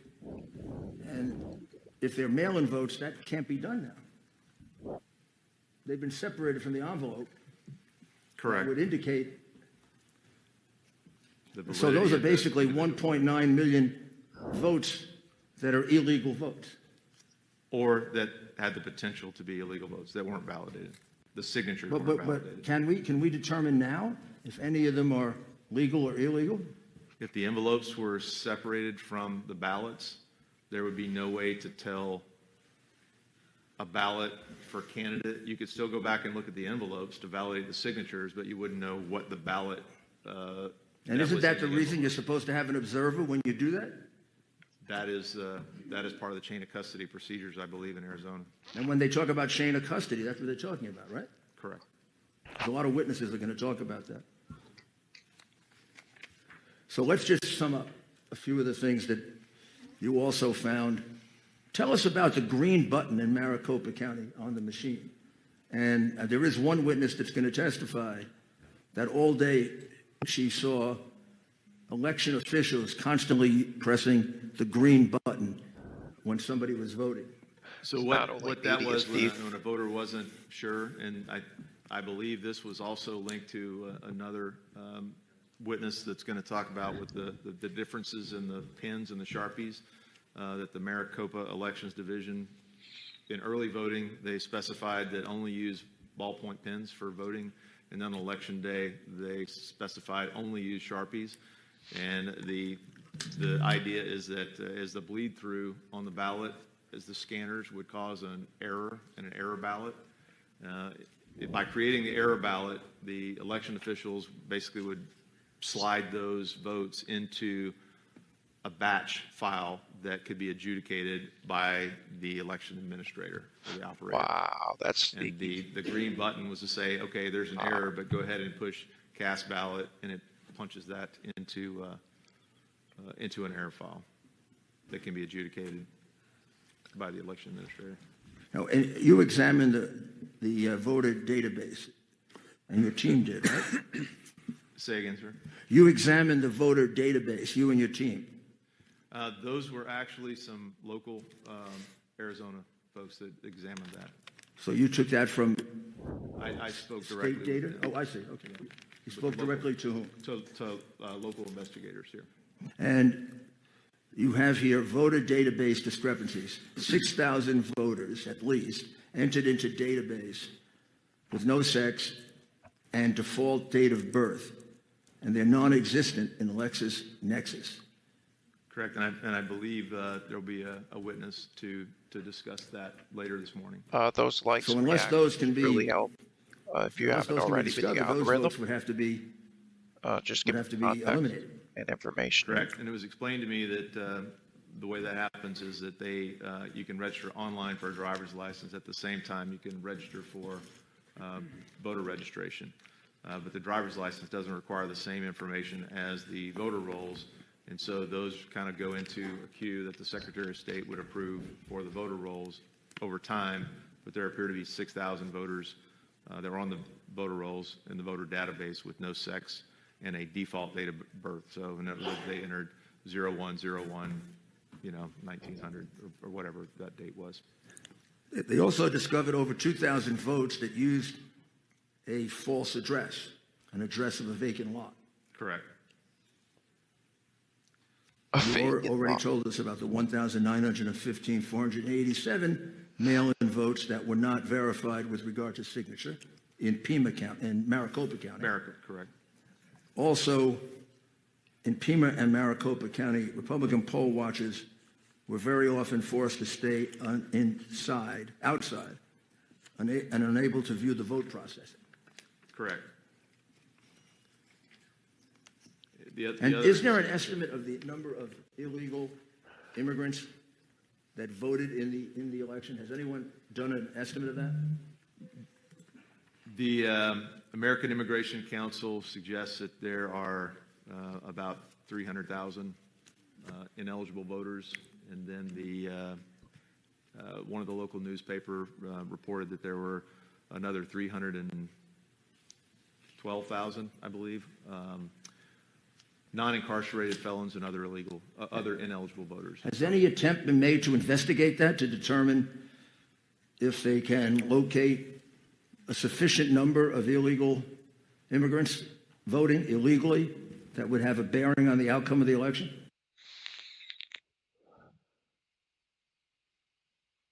Hey, audio, you got to come back again, Street? That would really be done by the the county election officials. But it hasn't been done. Not that And they're I'm going to not aware if they. it would be. You'd have to be an idiot not to think that illegal. It's very possible. How many are there in Arizona, approximately? Anybody's guess, but what's the lowest number? Can anybody help me with that? Question for the local legislatures. 5 million, 4 million? I wish we knew, sir. Pardon me? I wish we knew. Mr. Chairman. What's the lowest number we could use?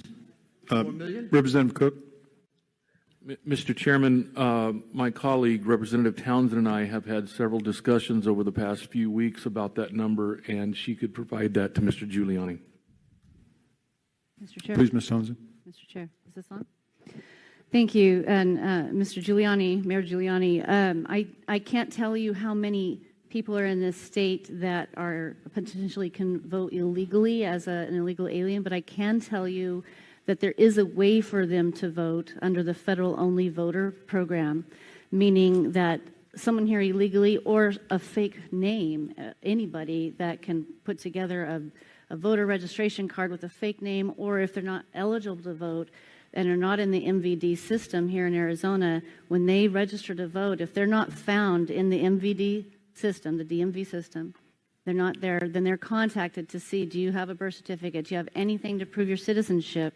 When they don't answer, then their name is relegated to the federal-only voter list, which there's 36,000 in the state of Arizona of people who can't prove their citizenship, can't prove they exist, other than when they show up to Election Day, all they have to do is show their bank statement, their title to their car, anything you can reproduce on your own computer with your fake name on there or whatever, and onto a bank statement, and you get a ballot, and you can vote for president and your congressperson and senator. Right, Carol? So up to 36,000 plus people in Arizona could potentially vote, and I do have the numbers of who has voted in Maricopa County is 4,100 of the true federal only, and another 4,000 that are supposedly out of state. So those alone haven't been researched deeply enough to know, does that name even exist as a person? And are they here? Is that someone here who's here illegally or not? So we don't know upwards of 8,000 people in Maricopa County alone who have cast a ballot who weren't able to. Well, I mean, that's pretty astonishing. So I will say, and I may be wrong, but let's say there were 5 million illegal aliens in Arizona. It is it's beyond credulity that a few 100,000 didn't vote, particularly given Representative Townsend's explanation that there's an encouragement that goes on to have them vote. Now, every one of those votes would be an illegal vote. Every one of those votes denies a lawful voter of their franchise. Just wipes it out. Has there been any attempt to try and investigate that after the election, even on a sample basis? I agree, Standy. Going to a district where there are a large number of possible illegal aliens and go back and check the names and see, were there 5,000, were there 10,000, were there 20,000? Has there been even an attempt to do that? Mr. Chair. None that I'm aware of. Well, I mean, that's totally... Can I speak to that, Mayor? Yes, please. Yes, please. So we put in, 2 years ago, we put in an elections integrity unit in the Attorney General's office, and I've been on the phone with them asking them what are they going to be doing, how can they look into this, and they told us that they don't have the authority to go out and look for crime. They have to have it presented to them, so they can't go out and do an audit, they can't go out and actively research this. I also was told the same thing by the Board of Supervisors, that they cannot perform an audit above and beyond what's already been done that's in statute. So all we're really left with that I'm aware of is having, and as much as I appreciate this forum today, and I'm very grateful for you, we need an actual committee hearing. Like, I'm the chair of the Elections Committee. If we were to hold an actual committee hearing, we would have subpoena power to go and look at the machines, to look at these things, and inspect them and get down to it. So we can do an audit. We just need to conduct a committee hearing to give us that subpoena power to be able to do so. Mr. Giuliani. So when this vote is certified, if that's not done, there is no question in any reasonable person's mind that the vote totals contain large numbers of illegal votes from people who are not citizens of the United States. The question is, how many? And the officials certifying have made no effort to find out the truth, which seems to me gives the state legislature a perfect reason to take over the conduct of this election, because it's being conducted irresponsibly and unfairly.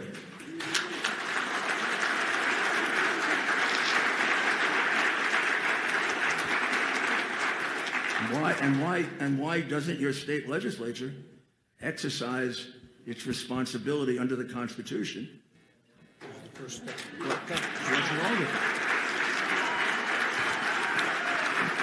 Mr. Giuliani, that Exactly, is the Coco, essential that's the question that issue. we are here to ask. Time. So now, anything else? Colonel, you did a great job. He's available for any more questions. If you are done, All day. if you are done, Mr. Giuliani, we do have a number of questions from the panel members for you, sir.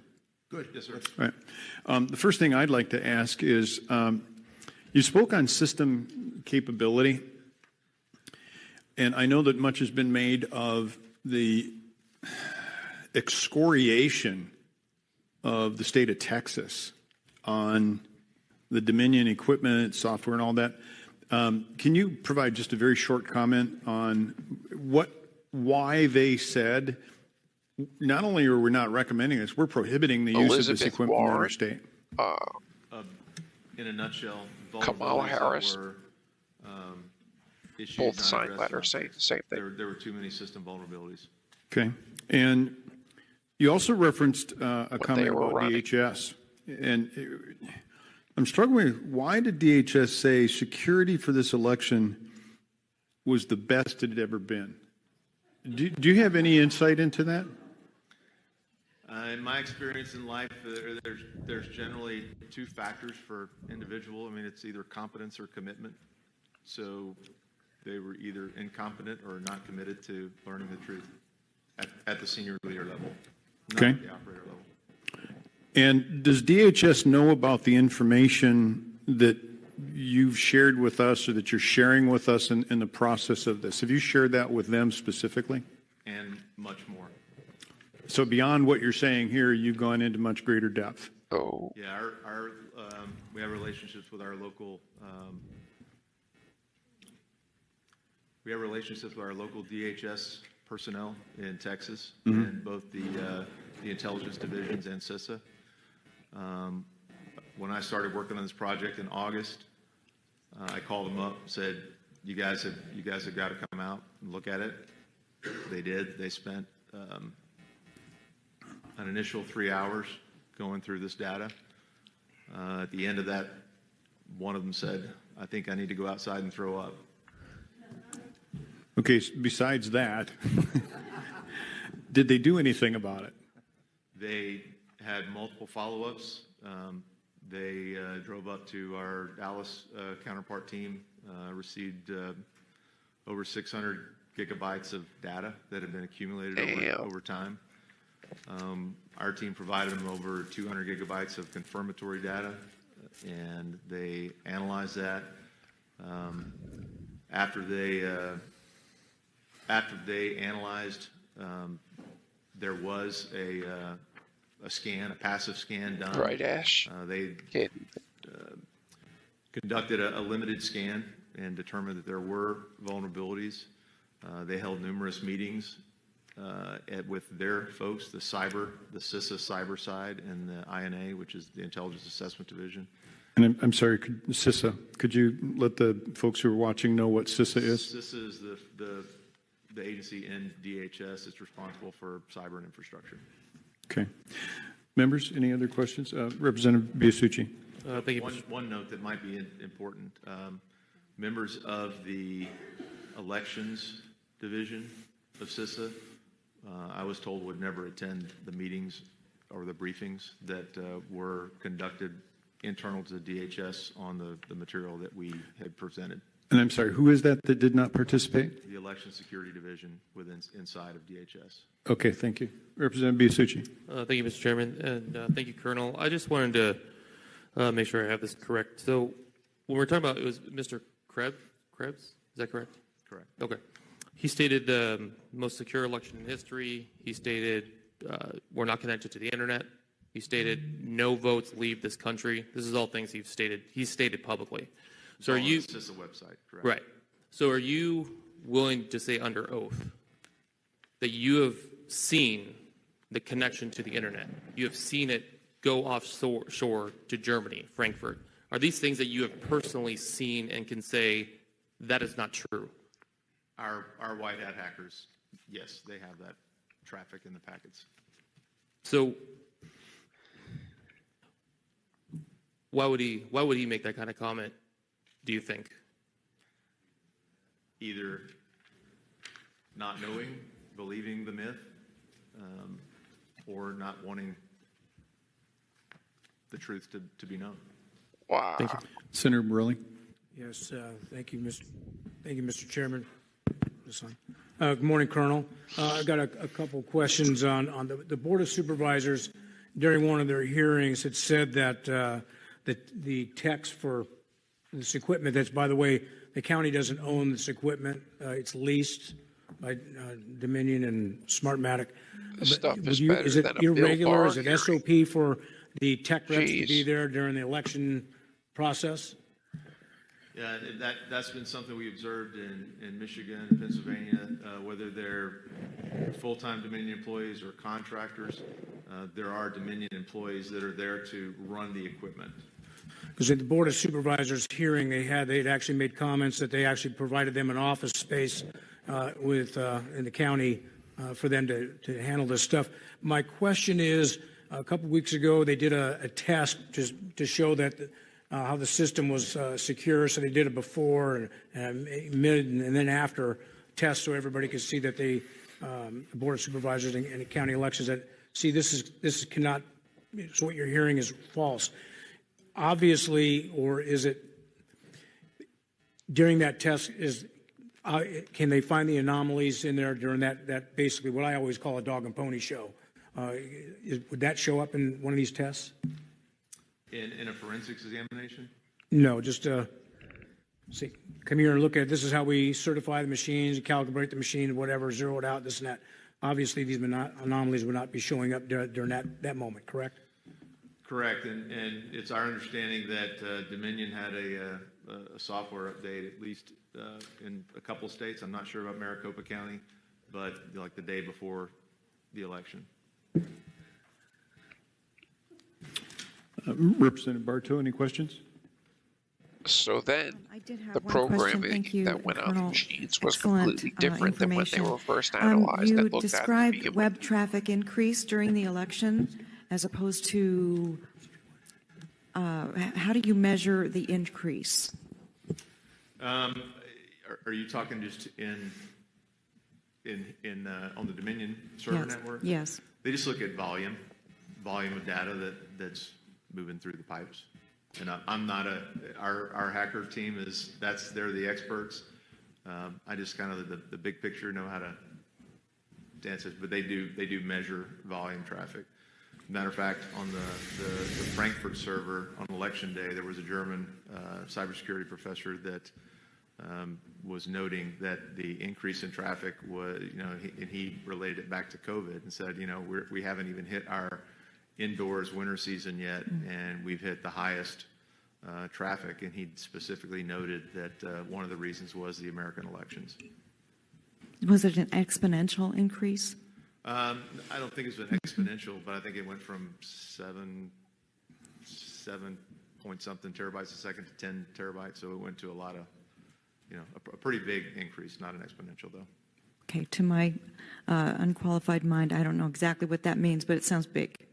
The volume jumped up pretty significantly on November 3rd and 4th to that particular server in the pipes. Thank you. Yes, ma'am. So, Colonel Waldron, so essentially about 33, 34, 35% increase? I would have to go back and look at the numbers, but... I mean, from 7 to 10? Ballpark. Yeah, that's big. I can't really... Yeah, all right, very good. Senator Gowan, you have any questions? Yeah, thank you, Mr. Chair. Colonel, talking about the SGO system, and that was, you said Hugo Chavez, he was partial owner in that.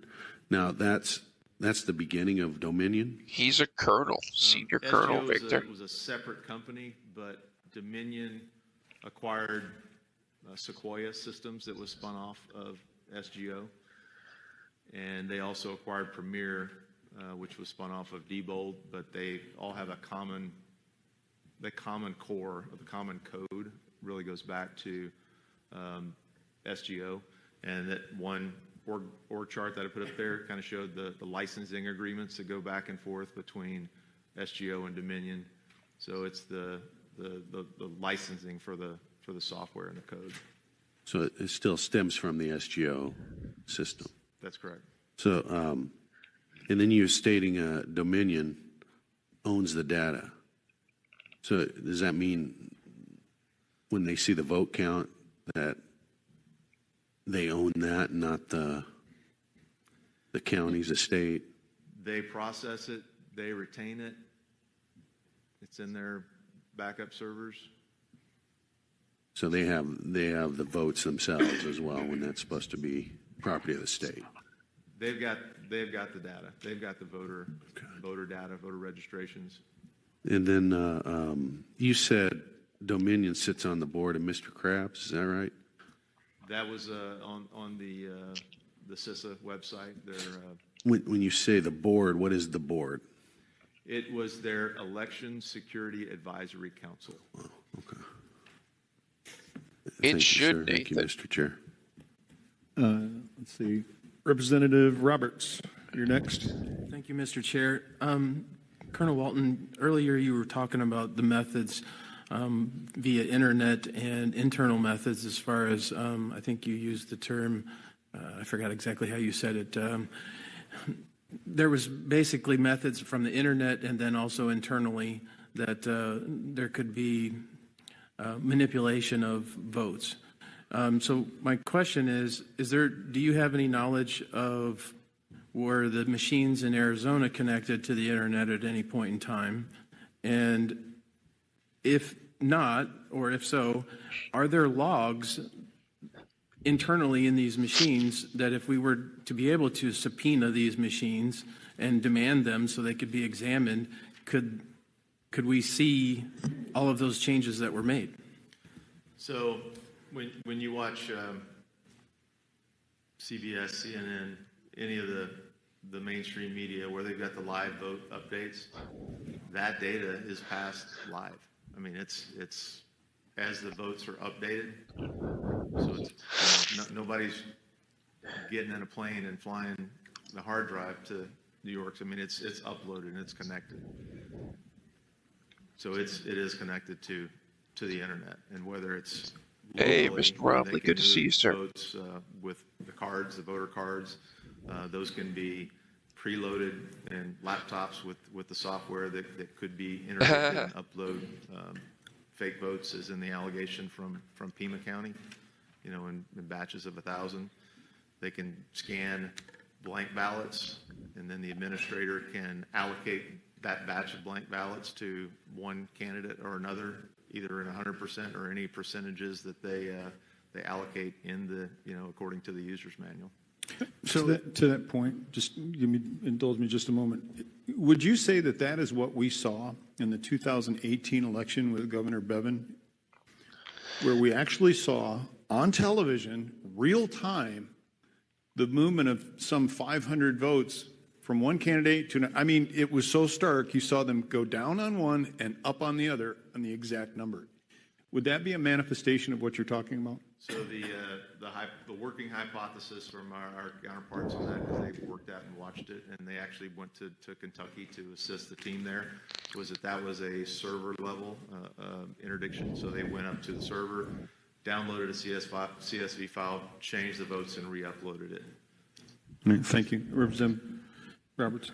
So just to kind of tack on to what we were just discussing, it's my understanding, because there was an article here in Arizona from the Arizona Daily Independent. There was Arby's a quote-unquote whistleblower that was talking about issues that they had observed. And so one of the things they were talking about was that the data from the machines was being moved via the hard drive. So what you just described as far as the real-time data being uploaded and all that stuff, just for the layman, that same type of manipulation, whether you plug in an Ethernet cable or what have you, or you're doing it on a user interface, that same type of malfeasance could be accomplished in that method as well. And I think in looking at these systems, we identified, almost a dozen ways that you could inject or interdict to manipulate votes. On that note, you said earlier that pretty much all of these machines have vulnerabilities. So is there any system out there that you're aware of that is worth exploring, or do we just need to go back to the paper ballot? There is MIT developed a system with some capital infusion. It's a system called VOTES, VOATZ, and it's a blockchain type system. Again, it's when I first became aware of this, I went and talked to some friends of mine who were bank presidents, and I said, okay, why can't we apply banking principles? Because if you want to get it done right, you go talk to the money people. That's global currency. That's who protects their stuff. And he said, oh yeah, and it's an app. You can do it as an app with tie it in with Real ID and a blockchain type solution, or I do it. The next it's called Coinbase. But for cryptocurrency. And I believe the votes system is deployed right now. I believe and I know West Virginia is one that I remember reading on their website. Thank you. Sir, Senator Allen, any questions? Yes. That it's Thank secure you, Mr. Chairman. above all. Thank you, Mr. Chairman. Appreciate it. Thank you for here today. I'd like to go back to the Board of Supervisors letter where they talk about certifying the Maricopa County election. And they have 5 points that they make for the reason why they call this a reliable election. And my concern is, of course, over the Dominion tabulation equipment. They said it was vetted by a bipartisan Equipment Certification Advisory Committee before the contract was finalized. And as required by law, the committee tested the functionality and accuracy of tabulation equipment before it was used in any Arizona election. Right. Well, after listening to your testimony, that does not give me any confidence because The the day machines, after of course, they changed the can file. perform very accurately. The day before the It election. is it's after the fact, after the election starts, after the ballot is starting to be put into the machine that these problems start arising. So is that accurate to say that this should not give us confidence about this being a reliable election? Ma'am, anything that is software based can be manipulated and changed with a click of a button, or you got 2 USB drives, plug one in and you get one algorithm, you pull it out, you plug another one in, you get a different algorithm. And we also believe on the connectedness, these can be pushed down from the top and shifted down. So think of it like a casino or a state lotto. Whoever owns the eye in the sky, you can control the margins. And that's really, I think, what we're looking at. Well, certainly from your testimony, I can see that. And I have one more question, if I could, Mr. Chairman. I believe Senator Borelli has it to that point. All right, go ahead. All right, please proceed. Well, I was going to switch down to the 1% early ballots that they did, and I had a question about that. So, Sonny, if you have something to what I said before, go ahead. Okay, thank you, Mr. Chair. Colonel, so basically what you're saying, for example, since the techs are already there on site during the process. So if a machine jams up and naturally they call the tech over there to go fix the unjam, they could literally, without anybody noticing, because they're the techie people, that's it. They could stick a thumb drive in there and upload, change the numbers, manipulate, whatever. There was an affidavit in Pennsylvania from, I think it was last week. A gentleman supervisor had a Ziploc bags full of USB drives. 30. And they 30. noted that he was inserting the USB drives into the machines at a much higher rate than would be necessary or that they had seen in the past. So, oh, congrats, Rachel yes, Hutton. It's 15-day countdown to Okay. their son comes home. So now I have it to Leave that point. for holiday. Forgive me, but what I think you're saying is that they have just created an electronic footprint, either in the data download that you're seeing real time, that you'd be seeing some kind of a spike, or is there something that's captured So this on is the how you machine catch that them, it's the itself, data like footprint. a memory card that is resident on the machine, not that is actually talking to the hard drive? The machines, for the most part, the voting machines are just run by, removable software and data cards, the cards that actually hold the votes. The backup servers is really where the true story would reside as far as the upload, Because they're download, connected change the, with an IP. the error warnings for the mismatch errors. So would you be able to show with specificity a machine in Maricopa County going all the way across the pond, inserting data into a server? Or would it be an aggregate of all the machines that were in Maricopa County, for example? Is it by individual tabulator, or is it by the server here that collects? Can you help me understand that piece? Let me, I'll put up. That probably goes back to your headache graph, I'm thinking. Yeah, a schematic that source shows that.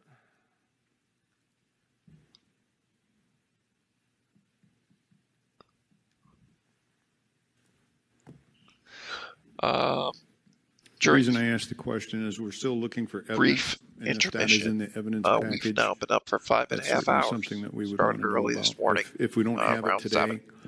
something Just that want could to be do forwarded to the my body would be brief great. PSA, being 100% viewer funded. Should anyone want or wish to donate, I do have my donation information pinned for Cash App, Venmo, and PayPal at the bottom of the live stream. Those donations are what truly keep this stream and podcast going. It's a block diagram of how everything's connected, and I can print this off and provide it to you or whoever would do your audits. But it's kind of hard to see when it's blown up. But you've got ballot boxes, ballots taken out, and this tracks all the way through the image cast central to ballot images, and this is really what's voted. The ballots are scanned into these image casters, and there's an electronic image created. It goes into results files, and then it goes into validation, adjudication, auditing, reporting, and publishing, and then to Democracy Suite EMS, the Democracy Suite servers, the database servers, the document management servers, and it kind of shows you how this all goes out to the world from this whole system. Election data, this is kind of the top feed to all these servers, but this is really, it's a network. I mean, it's a computer company. It's all networked. It has to be. So let me reframe the question. You got it, Penny. We probably would not be able to identify any specific tabulation machine showing up on the server because it's all aggregated. Yeah, it's these tabulation machines go through this process, but the results files. So if you work it backwards from the server, you would be able to go back to a ballot image, an electronic ballot image. All right, thank you. Senator Allen, you Yes. had another question? Thank you, Mr. Chairman. The other thing in this letter by the Board of Supervisors was they commented again of what made this a reliable election, that the election day ballots from 2% of vote centers and 1% of early ballots is required by Arizona law, and it yielded a 100% match to the results produced by the tabulation equipment. So Victor, I think euthanasia right now, bro. You know, and all the counties do this. They do this hand count, this little audit of a small percent of the votes to see how it matches up to the machine. So could you explain how we shouldn't have confidence in that particular, how can they make that match up to the machine then when they just arbitrarily pick out 1%? If there's vote dumps that are happening, I'm going to let the stream and hearing roll, guys. I just have to take a brief break. I've been going since 7, and something we learned a long time ago. just need a breather. If you've got 1.9 million votes that if you need anything, I believe Steve is here. Otherwise, please don't hesitate. they're just reading, just comment in caps. Try to keep an eye on chat. Just have to make a couple phone calls. When they run And, give my 1,000 eyes a ballot break. cards through, are going to come out with 1,000. Thank you all very much. So that that small batch would represent what those particular ballots say. But that's why there's chain of custody requirements. That's why there's verification requirements at each step along the way. So if one of those steps is broken, then the validity of the whole process is in question. You just don't know. Right. Thank you. I think we're definitely, sir, in a new day when it comes to what is taking place across this country with voting, and we're going to have to probably really look at that. Thank you. Representative Townsend, you have any questions?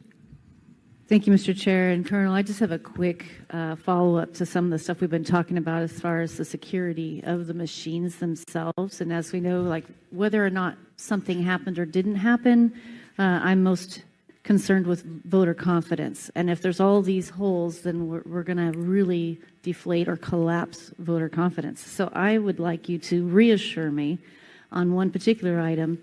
In the tabulation room at the MCTEC here in Phoenix, in years past, you had to have a special badge, and only people that were certified to be in that room with the machines and the tabulation and all that were allowed in there. This year, I was told yesterday we had teams of 25 adjudicators in that room, in the tabulation room with those machines. Would it have been possible for someone in that scenario to wander over to the machine and have a conversation and put in this thumb drive you're talking about? Or is it deeper than that, or something that's happened from remotely? Or how secure are these machines? Because we know that there's no chain of custody on the hard drives. And on the machines we saw in a video left alone for almost a week in one of the voting centers, unattended, unsecure, how could somebody, a regular person with nefarious intentions, walk up and change this whole election by putting in a thumb drive and changing an algorithm? Is that something that could have happened, or we don't have to worry about that? Either an individual that has knowledge of the systems and how to, operate in the system could have an impact, again, from the server. They could be sitting in Nigeria as long as they've got an internet connection, they could get to that particular server. If they had access to the data from the malware that's on the server, they could get the login and password from a Pima County operator or a Maricopa County operator. So there are just so many places that they can be interdicted or penetrated. There's just too many to describe, but there's a lot of ways it could be interdicted. Mr. Chair and Colonel, so what I'm hearing you say is I can't be confident that a volunteer of a political party that the entire recorder's office and the elections director, everyone could have been on the up and up, and this is the most secure election ever. But if one random volunteer with the right information were to be in the tabulation room, could have then breached the security of the machine. Correct. And therefore, we cannot stand here and say we are confident with that kind of access to these machines left in buildings for a week. We cannot say with certainty that this is a secure election, and we have 100% confidence that nothing went wrong. And you just brought up the chain vulnerability path, so that if the chain of custody was broken, then you really confidence that it was a fair Thank election. you. And Mr. Chair and Colonel, last point. If you were in charge, would you want a recount? Would you want an audit? Would you want a do-over? What would you do? A forensic audit will tell you what was processed, but to the mayor's point earlier, as soon as those mail-in ballots, which were 1.9 million requested, and I think a good percentage Roughly return, if those signatures weren't verified, then you can count the same things over and over again, but you're starting with flawed results already. An audit, a full audit, would be able to tell you if those were bad ballots or pre-printed ballots. You could do a full forensic audit on the actual ballots, but once the envelopes are separated from the ballots on that many mail-in ballots, it's almost impossible to go back without doing a forensic analysis of each ballot, the paper, and the ink. Okay. And Mr. Chair and Colonel, do you have any information about potential shipments of ballots to Arizona and other places from North Korea or something like? Do you have any information like that? There were several affidavits that were provided to the legal teams. I don't have those affidavits with me now, but there were affidavits and suggestions, and I think more of those are in process to obtain more affidavits on those processes. Mr. Mayor, Thank can you tell us whether or not you have got, I don't know if you heard the question, or do you have affidavits that counterfeit ballots were somehow shipped into Arizona?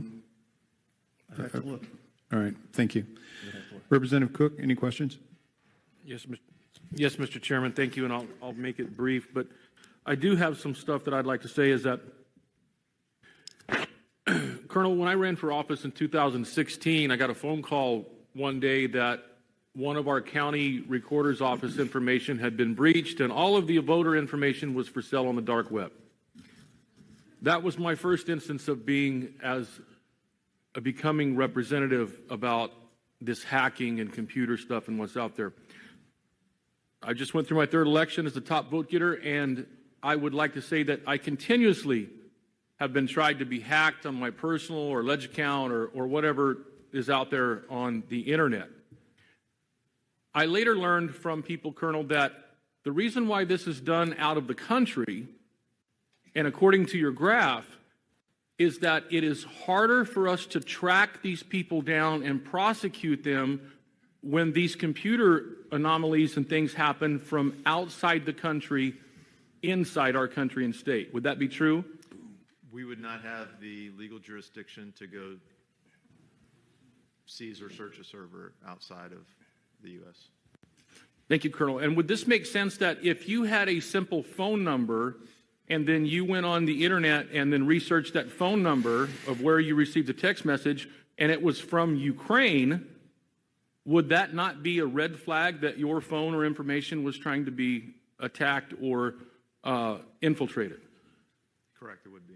Okay, so moving on to that, Colonel, what I've noticed is that about these voting machines and these plugged-in USB drives, when in fact, when we watch across this great country of ours, in many states, we have very few amount of counties compared to other states in here. You got to target 2 counties. If you notice that rural Arizona and rural Arizona legislators are up here, we're ready to go to work today.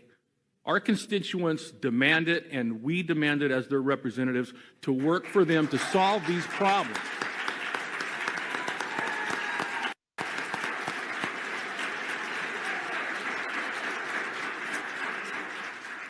But what happens, Colonel, is that the same thing when we look at this country on a map and counties that vote for the President Trump versus counties that don't, it's the population and the masses. So I'm going to get to my point about Maricopa and Pima County.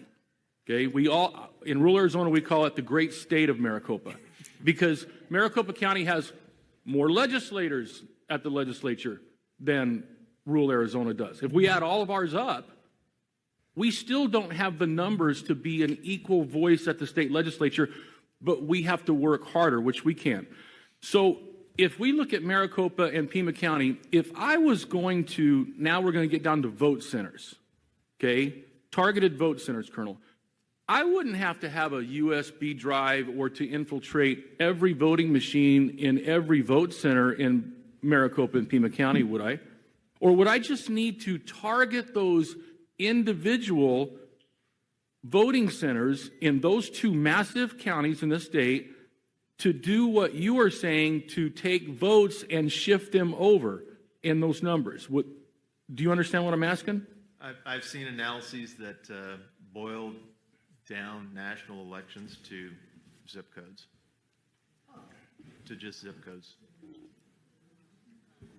Mr. Chairman, I get fired up when I get into this stuff because I read and hear everything that these people have said. It has happened to me.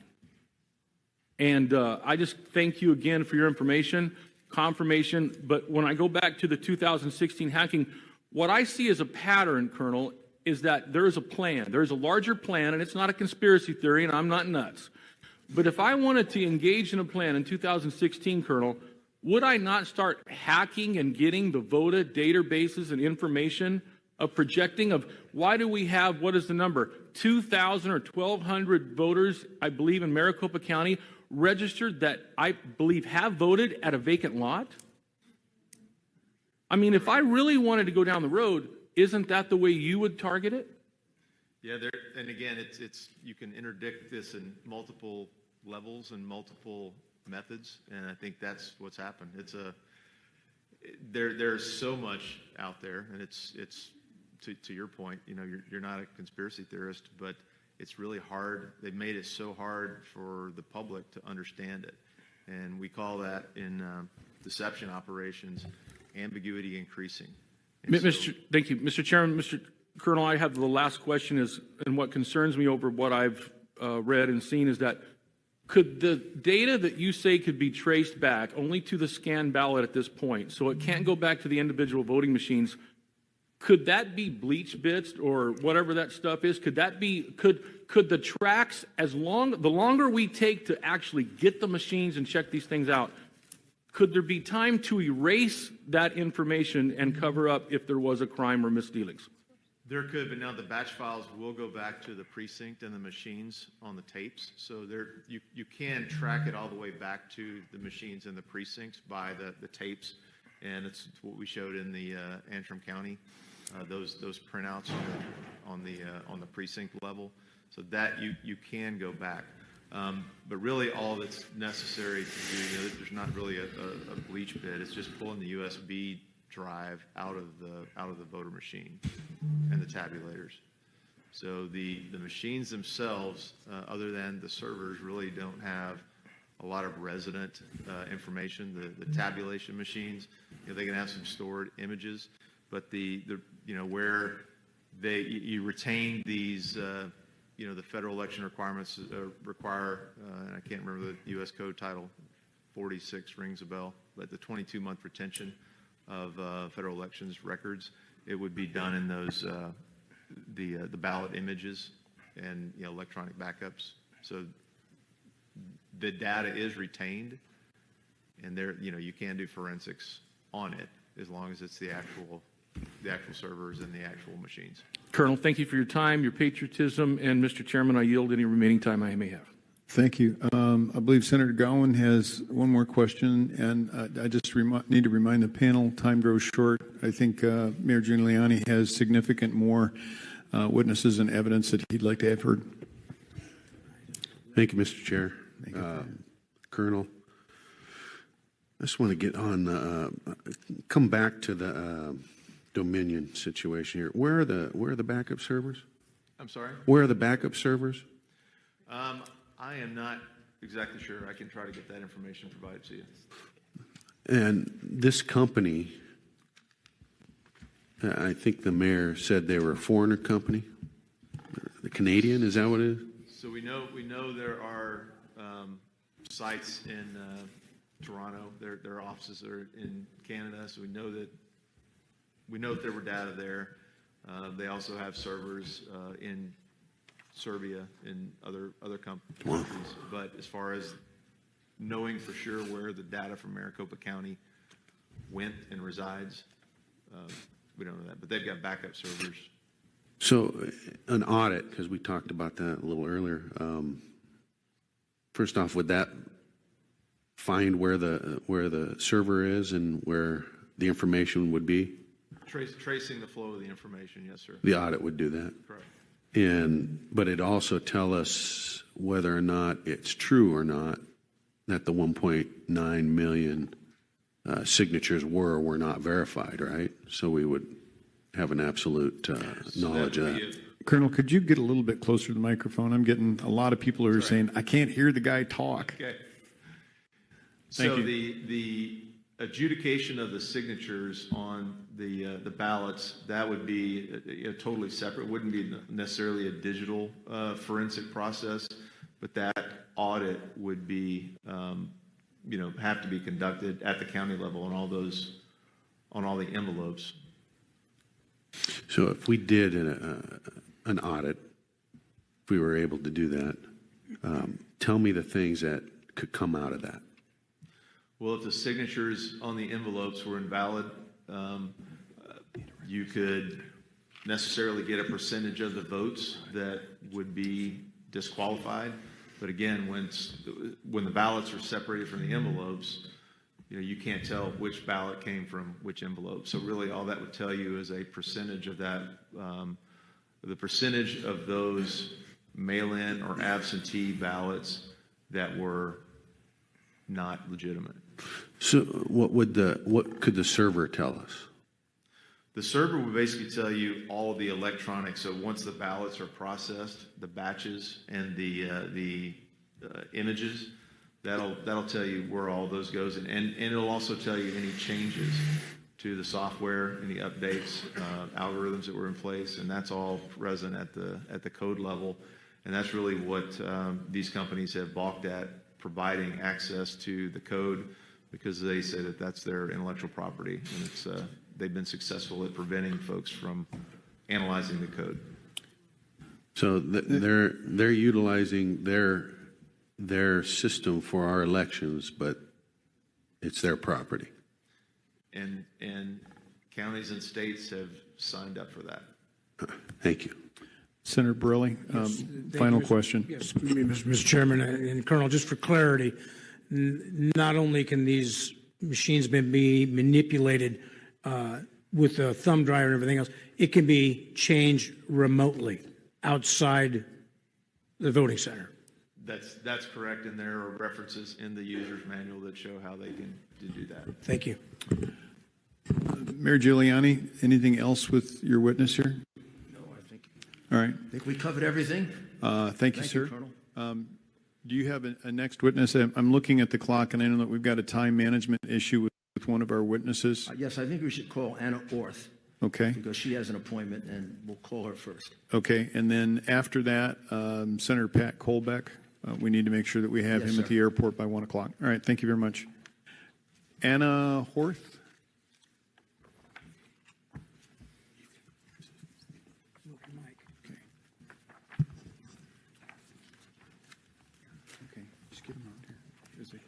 Is Anna Orth here? Anna Horth? Anna Horth. O-R-T-H. Anna Horth. All right, we'll check on her. And let's go then to... All right, Senator Pat Colbeck. Just so folks know that we've got folks in a separate room, just so that we can bring them out and have some kind of order here. Senator Colbeck.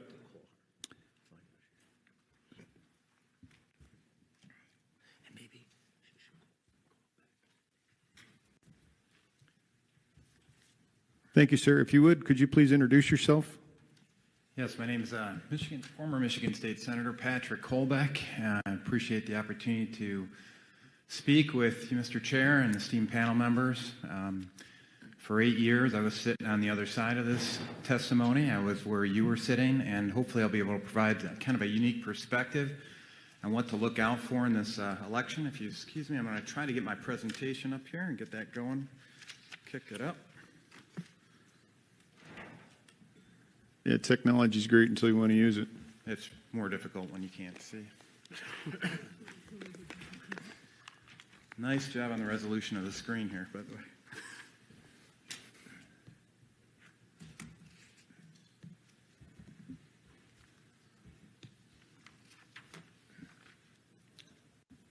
Okay.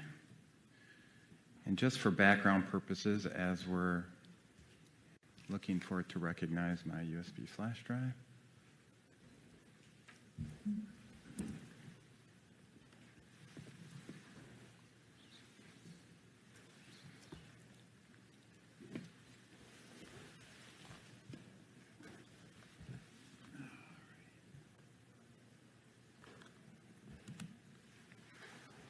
There we go. Much better.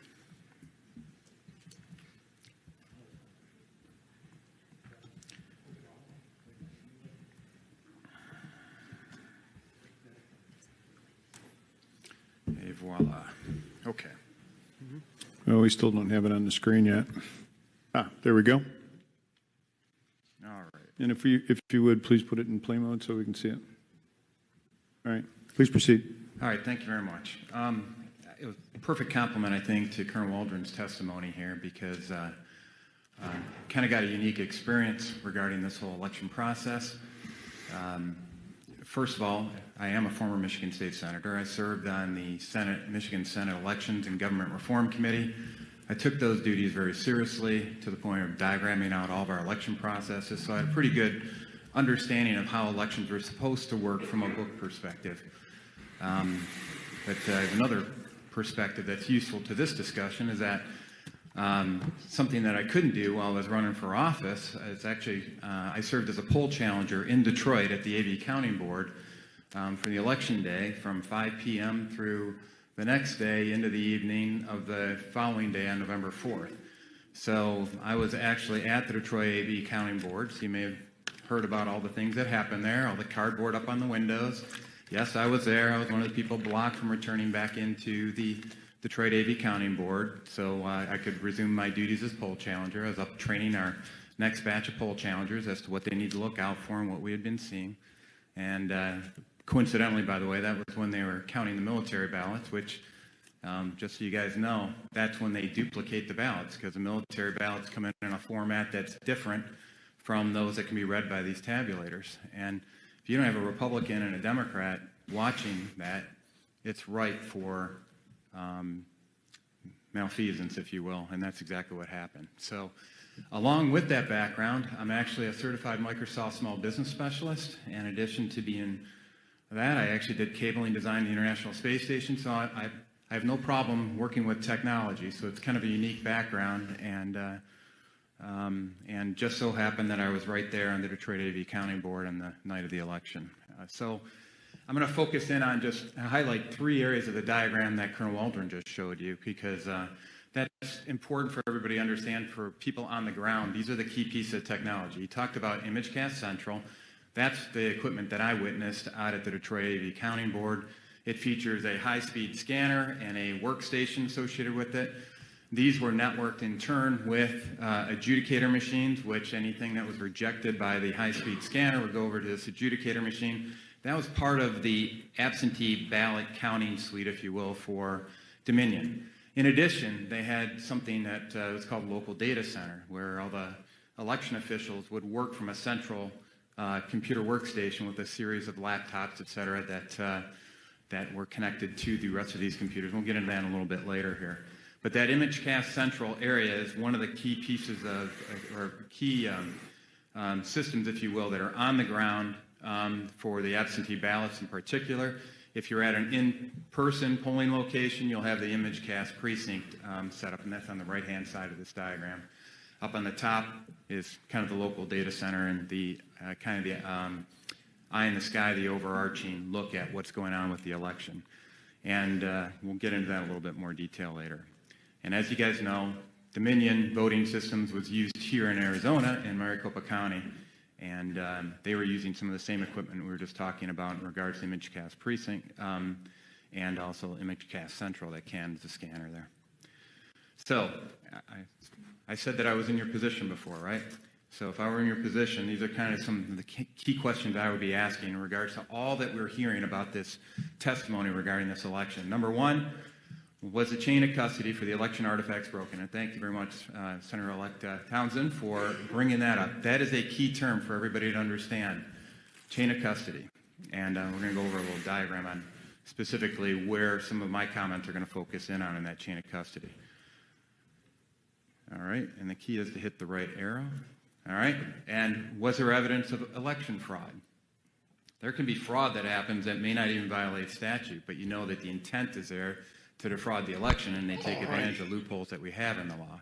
For example, in Detroit, we know that there was an ability for people to vote both at the poll and absentee. So some people's votes were more important than others. Was there evidence that election statutes were violated? Yeah. In Michigan, we have evidence to suggest that's exactly what happened. Was there evidence of foreign agents with the ability to manipulate the election data and third parties getting access to that data? We believe that we've seen evidence of that as well. But the other thing we need to ask is, well, all right, what are we going to do about it if we see all this happening? And what options do you have as legislators? All right, so let's go to this chain of custody, and I could go into a lot more detail on this chain of custody, but I like to simplify it into just 4 key artifacts: qualified voter file, i.e., who's registered to go off and vote in your state. Number 2, poll book. That's a precinct-specific extract of the data from your qualified voter file. Hey, this is my right? my But Restream then, channel. in the spirit of the In old the Stalin top quote, left-hand it's corner, not I he was who kind votes enough that to counts, type in it's the the one who streamer's counts the name vote as that well as counts. the You got to look platform at the if you want ballot to go to the tabulator public and how the votes are stream tallied. yourself. And that was my This focus is my when I went to the podcast. Detroit AV County I'm Board. streaming this hearing I was for one of those my folks that was channel, not specifically assigned to primarily any Facebook. particular counting I station. add I YouTube, was and looking I'm at the only big giving a picture. shout out because of And the we'll way go you over what I verbalized it. found here in a second. Okay, First a-hole, of all, end everybody quote. hopefully has seen the idea Comprende? that there's been a lot of voter anomalies. This is our first clue that something's happened. When you're on the ground, you You're can see welcome all to the stay. things You're that also are welcome to happening, go. Top you know, left-hand onesie corner. twosie style. And you say, hey, wait a minute, that envelope was backdated, or you can see that they adjudicated something in favor of the Democrat instead of the Republican or something like that. That's easy to go off and see, but it's very difficult to see the big picture. That comes out afterwards with experts like Colonel Waldron. And in this case, we first started seeing issues when people were talking about Benford's law being violated. That's actually used in criminal court cases to determine whether or not fraud existed. So that was the first indicator that some of the analyses we've seen flagged that. That's not proof. I mean, it's getting... We try right side again. Version of this that happened in Pennsylvania in Gettysburg. But what we're going to be doing here is This is actually documented as part of the affidavit that was submitted in a lawsuit that's put in Michigan by Sidney Powell and in other states. And you guys have voted quite a bit. You guys are, most of you have already served in office, right? Do you remember any of your votes being tabulated with a decimal point on the back of them? I don't remember any. My 8 years in Michigan Senate, any times where I actually had a decimal point after a vote tally. They don't have the band. So that would suggest that a partial person was voting? Well, sometimes, you know, there were people that tried to make you feel like a partial person when you serve, but no, that wasn't the case here. Sorry, but you're going to have to stare at the board. Michigan by Sidney Powell and in others. I don't know what's up with this. And you guys have voted quite a bit. You guys are Try and find another stream. served in office, right? Do you remember any of your votes being tabulated with a decimal point on the back of them? I don't remember any. My 8 years serving in the Michigan Senate, any times where I actually had a decimal point. Oh, there's after actually a vote a... tally. So that would suggest that a partial person was voting? Well, sometimes, you know, there were people that tried to make you feel like a partial person when you served. That'll change in no, a second. That wasn't the case here. And so you guys have probably all heard about what I call the little switch, the Antrim County. We've heard testimony on that already today and some of the things that could possibly happen. Getting into the possible technical reasons for that is maybe you have an internal ballot barcode switch on it where they have one barcode style or ballot style that's flagged, and then when they associate a specific scan of a vote, they flip it over to a different barcode style that may have the voters or the, Stacey. the candidates. YouTube, Facebook, and Twitch. Something else is something called a ranked choice voting algorithm. It's one of the modules inside of the Dominion suite. And this is where you might see evidence of, this is the only place that I know of at least that can start putting in It was fractions YouTube, into Lee. your vote. Thank you, though, Because brother. if you meet a certain vote threshold, it'll go off and switch that. It'll prioritize the votes for the second choice, if you will, and give them 10% of the first choice of whoever of the or 10% or whatever number you specify. It'll actually get into the point of allocating percentages of votes to one of the candidates. Another thing is data manipulation via remote access, and another thing to look at as you guys investigate what happened here or didn't happen inside Arizona is take a look at your public accuracy tests. And there are people that, this is usually in Michigan at least, it's specified what the standards are for that by the Secretary of State. And if you don't run all the possible permutations of votes that might happen on a given ballot, you may leave gaps that can be exploited. And I would submit, we're going to show one of the examples of where we believe one of those gaps is that you could maybe flip a vote from a certain candidate to a write-in candidate and preload this with write-in candidates. And we think we have evidence of that happening in Detroit. So if you want to go off and check into this, one of the things you're going to need to do, is look into compact flashcards, event logs, and paper vote tallies. So these tabulator data card, that's where the compact, that's where a lot of the election data we've been wanting to look at is going to be located, so please make sure you get your hands on that. Then we talk about the big switch. I'm not going to get any detail on this. Suffice it to say, in Michigan, you know, our current vote deficit for President Trump is being projected as 154,188 votes. we got more than that we can tie back to potential fraud. So in the state of Michigan, I know a lot of people have written us off in this context, but tell you, Michigan's in play because of what the level of fraud we've seen. So here's what our Detroit AV Counting Board looked like. And essentially it was set up, so there's 503 precincts in the city of Detroit. They put in 134 of these ImageCast central stations all the way around. That's where the poll books were located. And there are about 2 to 5 precincts per ImageCast central unit. We had 5 poll workers per station. Overall, I would submit there was probably less than 10 Republican workers at that whole night sitting at those. And by law, we're supposed to have a Republican and a Democrat adjudicating ballots. Here's what I said, that I was looking at the big picture when I got in there. I was looking at the big picture. First question I asked was, one of these chief election officials, his name was Chris Thomas, I said, who I worked with when I was serving in the Senate, I said, how are you going to protect the chain of custody around the tallies of the individual tabulators and your report outs to the county and all points beyond that? So we talked about the idea of this getting reported out to the New York Times. You can see it on CNN and all that kind of stuff. Show me how that chain of custody is protected. And this election official, who was a state elections director in Michigan for 2 decades, said, I don't know. Now, this is kind of an important data point, don't you think? And I was badgering him the rest of the night. I said, you know what? He finally acquiesced and said, tell you what, I'll let you know. And then finally, the last statement he had on it, because I was pretty persistent, was saying, you know what, I'm not going to tell you till after tomorrow. And I go, well, you know what the primary duty of a poll chamber is to make sure that the election process are executed effectively, efficiently, and accurately in a transparent manner.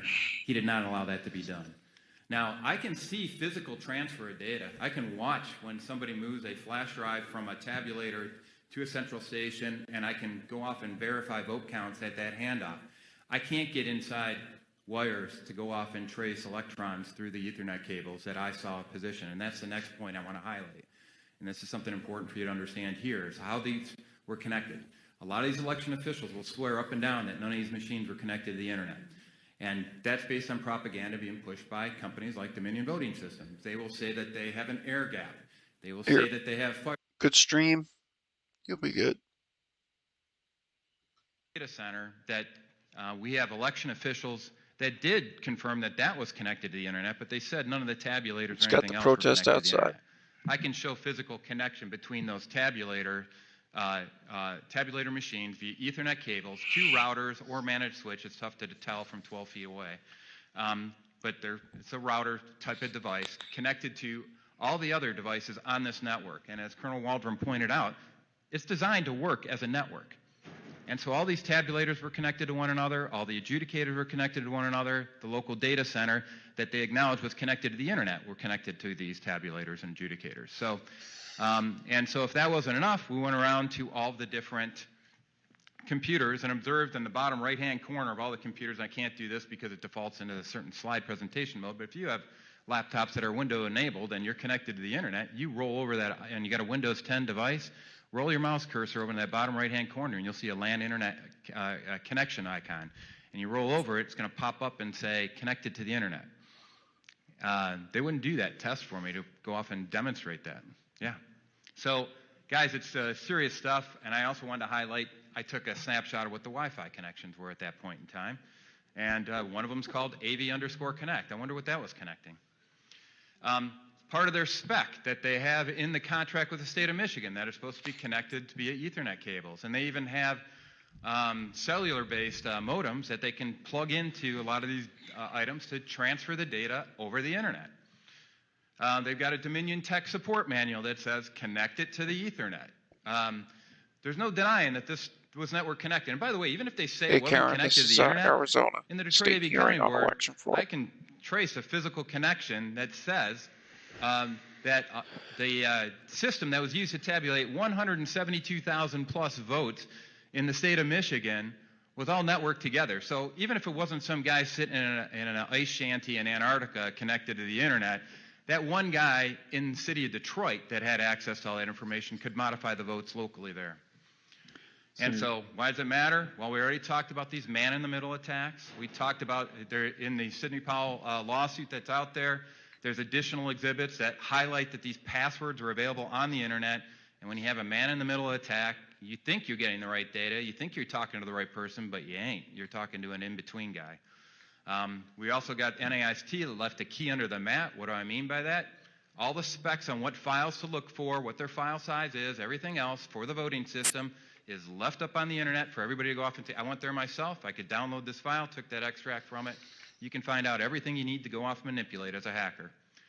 And we've got Challenger observations on the ground that attest to each and every one of these, and I just want to highlight one of them, the poll worker observation, that he actually observed the fact that the printout of the tape said that there were write-in candidates on it, yet when you actually, he will test in his affidavit that there were no write-in ballots submitted.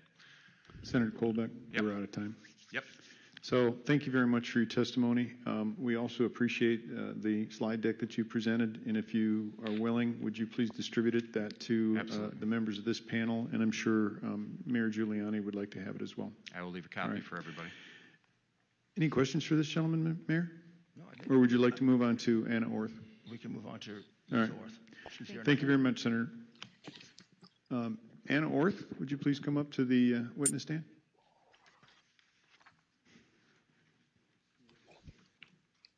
I guess it's a table, not a stand. I was just corrected. The witness sit.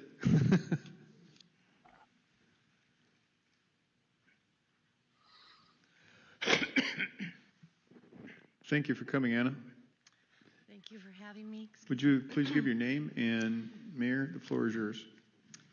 My name is Anna, and I'm a resident and registered voter in Pima County. I volunteered as a poll observer. Can you get a little bit closer to the microphone, Sure, please? of course. Thank you. Again, my name is Anna, and I'm a resident and registered voter in Pima County.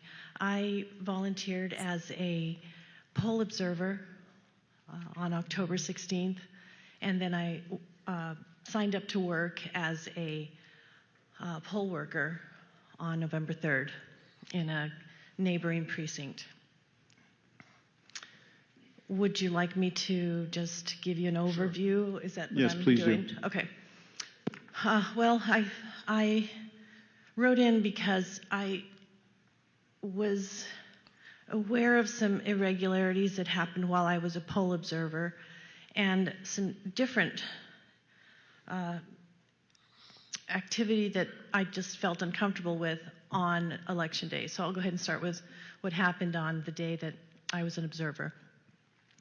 I was certified prior to that to be able to watch the two people that would be correcting the problematic ballots, which I guess are called, they were duplicates. When I walked into the room, they said, I'm sorry, you can't be in here, you're going to go into another room. So I had to walk back to the front desk. I was escorted from that area back to the one area where the ballots were being separated from their envelope. And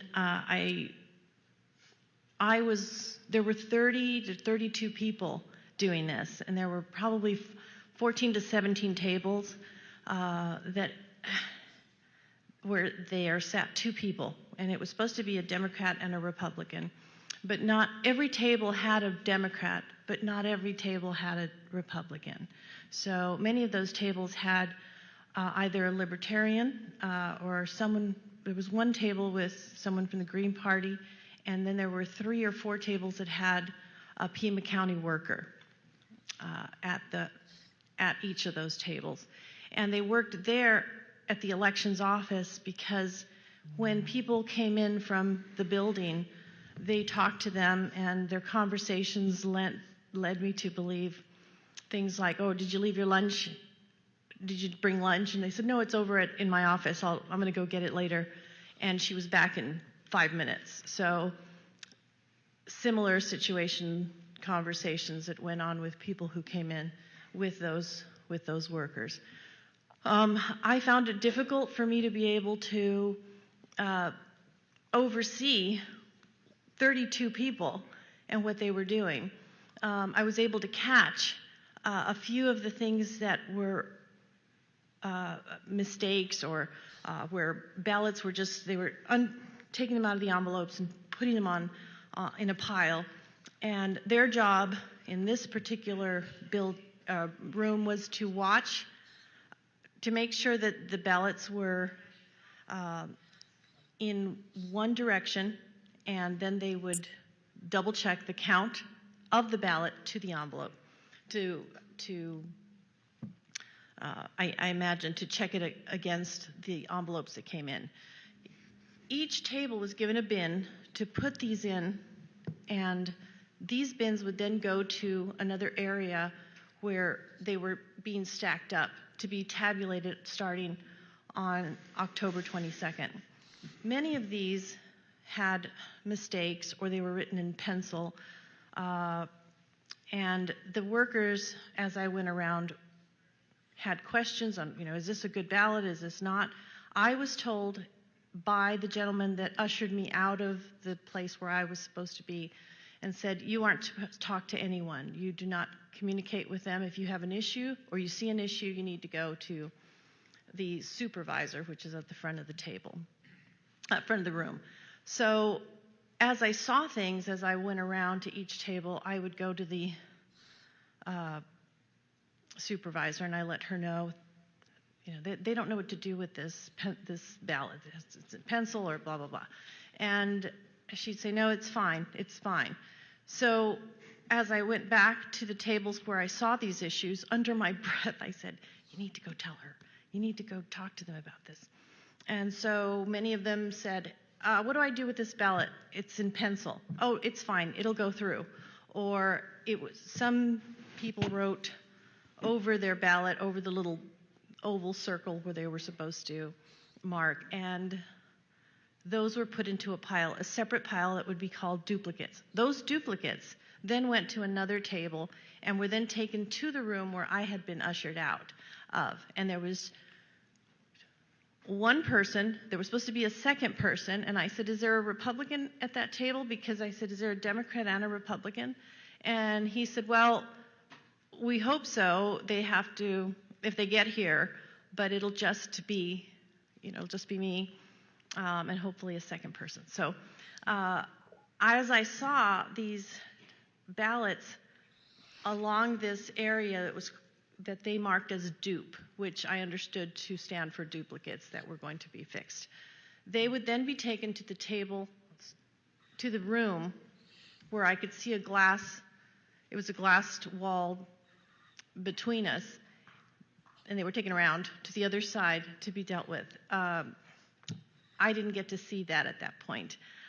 So when I left and the other person took over for me at 1 o'clock, I was there for 5 hours, I shared with her, I said, there's a lot of mistakes that are happening. They're not putting them in the order that they need to be in. So when they get folded, they become a duplicate because they can't be counted. The machine wasn't going to accept them, so it had to be then taken out of the pile and put into a duplicate. So when I left, the man who had ushered me out of the room, the first room,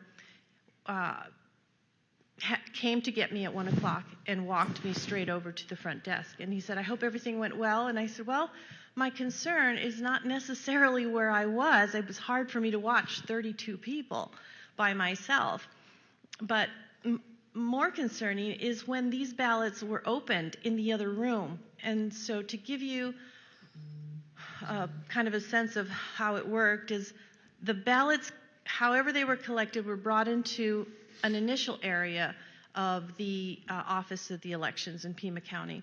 And that room, the envelopes were then opened up and the signatures were checked. So then they would go through a double door where they were then sent to the room that I was in, where there were as many people as I explained before, trying to put them in an order, not necessarily of where they were from, but how they came in. So let's just say there were maybe 200, 250 per box, I'm not sure, but they they came from different zip codes, different areas. It was whatever was mailed in. And then those were then put aside to be counted after the 22nd. My concern was the amount of ballots that were considered to be problematic that were then leaving the area that I was in, going to a room where there were only supposed to be 2 people, and yet not even sure there was 2 people. So that was my experience as an observer that I shared. I thought that was concerning. The other thing is when I came back to drop off my ballot, I had to drop it off outside, and there was no longer a police officer, and we found out that it was because our mayor, I live in Oro Valley, but the Tucson mayor wasn't allowing a police officer in front of the office anymore because it was upsetting to people to come and vote. And so I asked the man, I have to put my ballot out here. And he said, yes. So I said, how can I be sure someone isn't going to come and take this big box? And he said, no, we're watching it. And I said, who's you? And it was him and an elderly woman who was about 85. I don't know, and I'm sorry, meaning that she looked fragile, and I don't know how that could be protected. But I was a little concerned about that. It did make it in because when I checked my ballot, it was counted. But another question is how do we know who we voted for? That's a separate issue, but my point is that I don't know if my ballot actually has the people that I voted for. And, as I said, that's something separate from what I experienced there as an observer. As a poll worker, I was assigned to be a provisional ballot clerk, and that was on Election Day. And on that day, I had worked the primary in August, so I had an idea of who would come by, what the issues were. But this time, we had so many more people who needed a provisional ballot than we had been allotted to have in this one precinct. So that was concerning.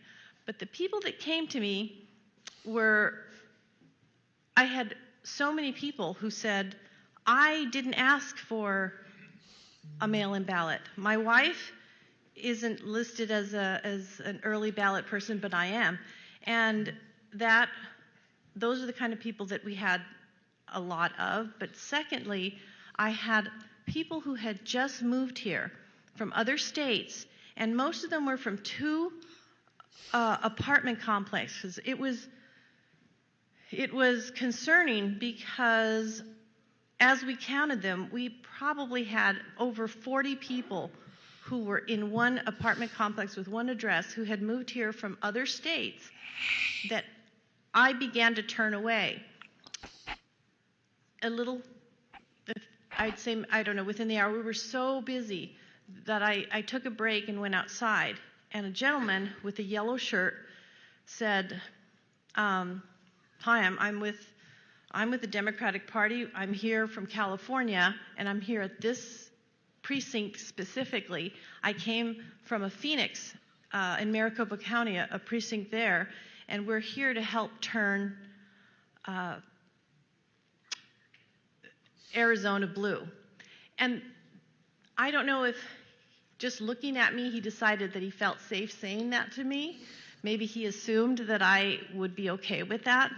I was shocked, and I said, oh, so what? He said, oh, I said, so what is your plan? What are you doing? And he said, well, I have lawyers on call to contact immediately if they don't allow them to vote, people to vote. And I said, well, there was a cutoff date. And he said, nope, every vote should count. So that made me nervous, of course, because I didn't know the law specifically, and I didn't want to do something that would cause a problem. So I thought, and he said, oh, I've only had to turn away, just a couple people were turned away, and I was able to help one person go back in. Well, that was probably sent to me because I was the provisional ballot clerk. So, of course, that was somebody that I had to take care of. So I went back in and thought, well, this is unusual. I'm concerned that somebody outside is going to be calling an attorney on something that I did because I said no. I sent somebody away and said, I'm sorry. I mean, if you don't have any proof that you've lived here or proof of having registered, I can't give you a ballot. So I called the recorder's office and explained this, and she said, well, you have to let them, all votes will count, but it's on a case-by-case basis. So at that point then, I had to call in to the recorder's office at every single ballot, and you have to understand, we ran out of spaces. So, I mean, we were at like 200.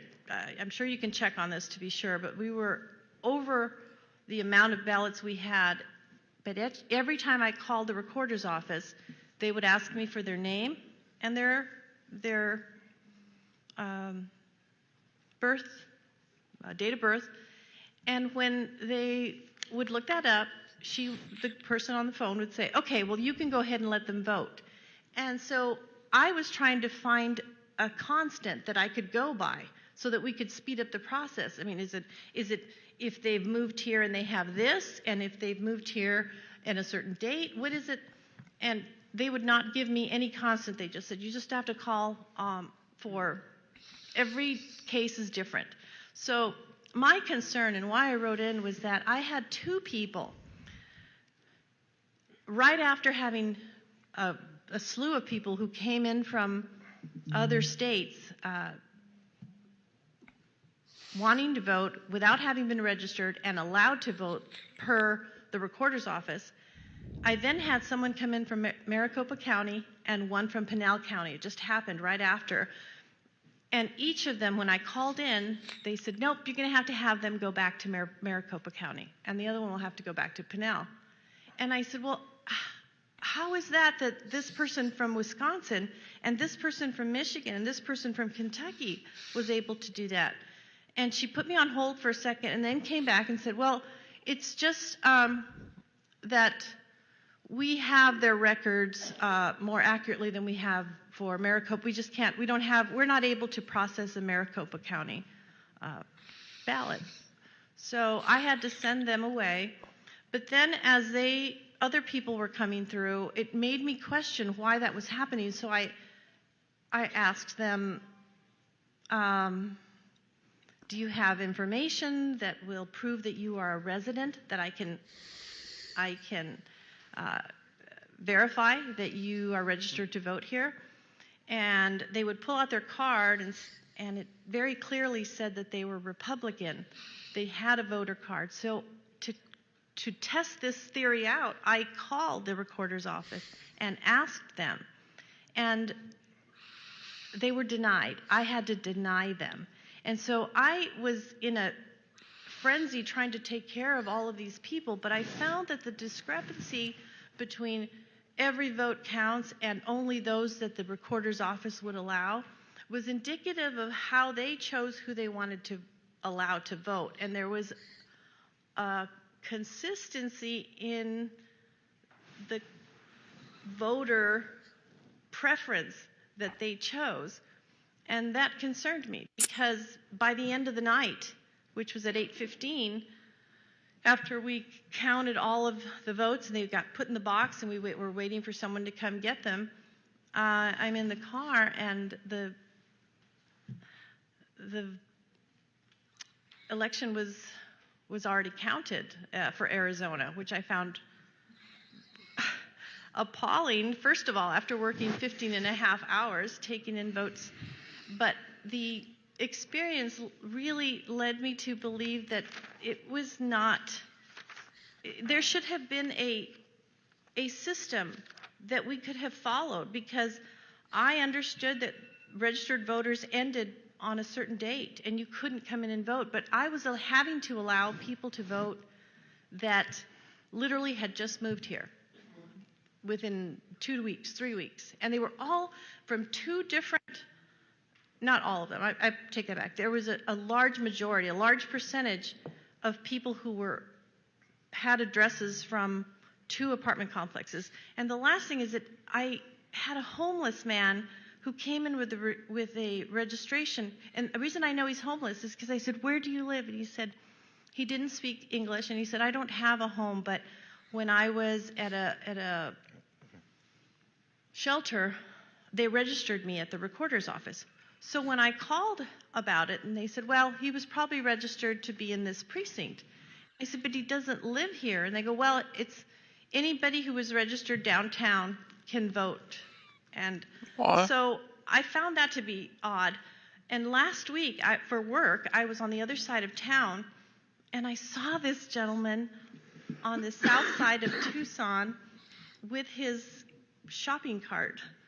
And I swung into the parking space and called him and just said, "Hi, can I talk to you?" And when he saw me, he ran out, for who knows why. But my point is these are the kind of people that had apparently permission to vote in a precinct that was literally 25 miles away because they had a voting card that was given to them from downtown. That it was a downtown precinct that allowed him to vote here. So my point is that if somebody from Pinal County and Maricopa County can't vote, how is it that in this precinct, how is it that a homeless man from another area of the town and also people from other states were able to get permission to vote? And that was concerning to me, and that's why I'm here. Ms. Orr, thank you very much. Mr. Giuliani, do you have any questions specific to this witness? Sure. Please proceed. A couple. I'll try to clarify. Just to give you a marker on time, it's 12:02. Okay. So you were there for 16 and a half hours, Ms. Orth? On election day? Yeah. Yes. Wow. And you were supposed to work with the ballots that were being examined? I was working with the voters, the ballots of voters who were not able to walk into the precinct to vote normally on a ballot. So some of them came to me saying, "It says that I got an early ballot and I never got it." Others said, it doesn't even say that I'm on there. It says that I've already voted, or I'm not allowed to vote here. Those were the kind of... So these were ballots that had difficulties? Yes.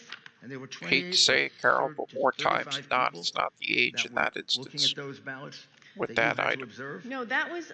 Okay, I just described to you my experience as a poll worker on election day. Those 30 people that I mentioned earlier were when I was a poll observer on the 16th of October at the elections office in Pima County. And you were unable to see what they were doing? It was a room as big as almost maybe half the size of this banquet room, and I was an observer watching 30... As far away as we are? You are right about that. I could walk behind them. But I couldn't walk behind 35 people at the same time. And what were they doing? They were taking them out of the envelope.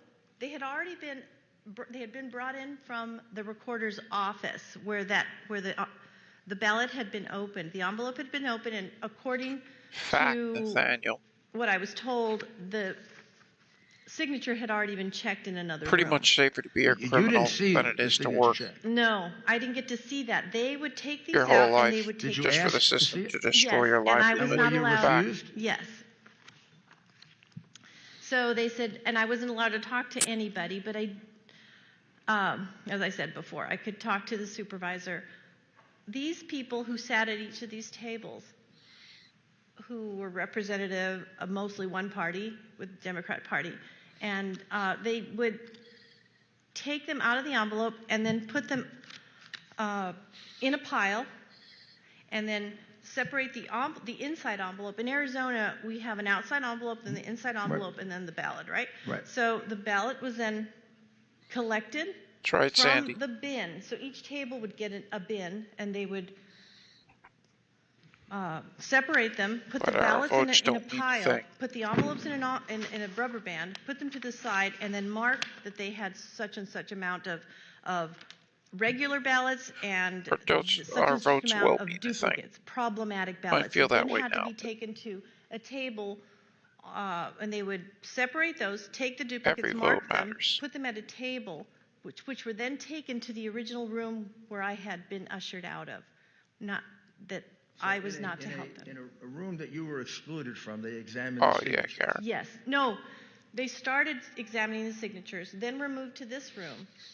And then from this room, they were then piled to then be Did they do a tabulated further later. examination of the signatures? No, not in this room. The So only you- room you that was done in observed- this. You observed no examination of signatures. Senior and they refused to let you Caucasian, do that. Nicole. Right, I was only allowed to watch these people put these in piles. So when I was ushered back So out, how many ballots do you think? Just a rough estimate. How many ballots? 1,000, 100, 2,000? I would say each box had between 200 and 250 ballots. And I was there for 5 hours. And during that time that I was there, each table went through 6 to 7 to 8, depending on how fast they were and how many mistakes they made, because many times the ballots weren't straight and they had to recount them, or I would hear them say, So how do we do that arithmetic? all right, well, let's see, 250 times 8. Somebody who's not nervous maybe can say 2,000. that's per table. And there were about 16 to 17 tables of 2 people doing this at the same time. So as I best understand this, there were 2,000 ballots times 17 tables. Yes. That you or anyone else that By you knew of myself. got a chance. No Republican got a chance to observe that, as far as you know. Well, I was the only observer allowed in at one time. So a gal took over for me at 1 o'clock when I left, and I told her, I'm exhausted. I don't know how you can watch all 17, but stand behind one of the tables, and you'll see that this particular table keeps folding them and tearing them, and once that happens, it has to become a duplicate. And when this becomes a duplicate, it goes to that table, and it goes to the room where we don't get to see what happens to that. So you can't talk to them, but you can do this and tell them, look, that's folded or that's crooked. Or and I said, if you see one again that has a pencil on it, the supervisor is saying that yes, she told me specifically that it could go through.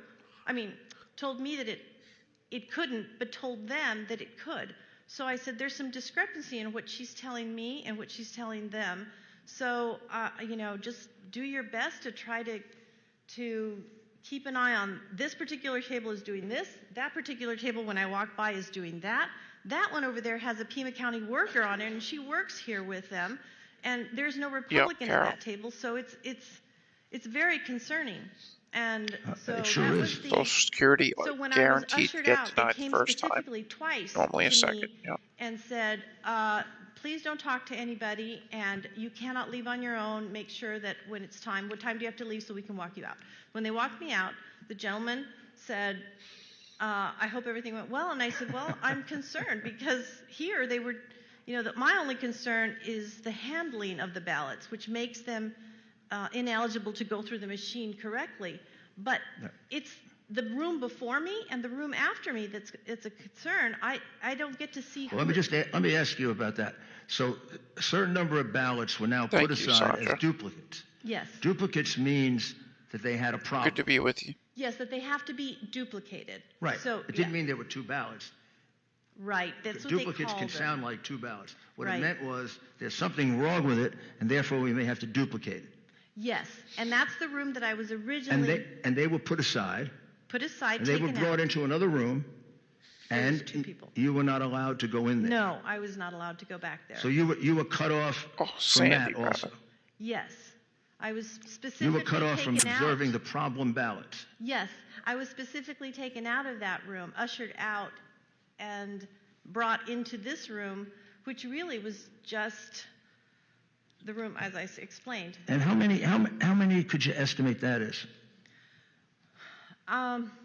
Each table would have an average of, I would say maybe 1/16 of the pile. So, let's say an average of maybe 10 to 20 ballots. But by the time I left, these bins were filled. They would fill them. They would go correct them or whatever it is that they did and brought them back. Best estimate. I would say my guess would be close to in the day that I was there, just in 5 hours, maybe 2,000 ballots. Okay.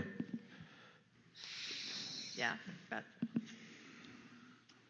And you had a sense that when there was problems with ballots or whether someone should vote or not, the choices that were being made were to allow people that appeared to be voting for Biden and the Democrats to vote and declining those who appeared to be people who might be voting for Trump or the Republicans. Well, yes.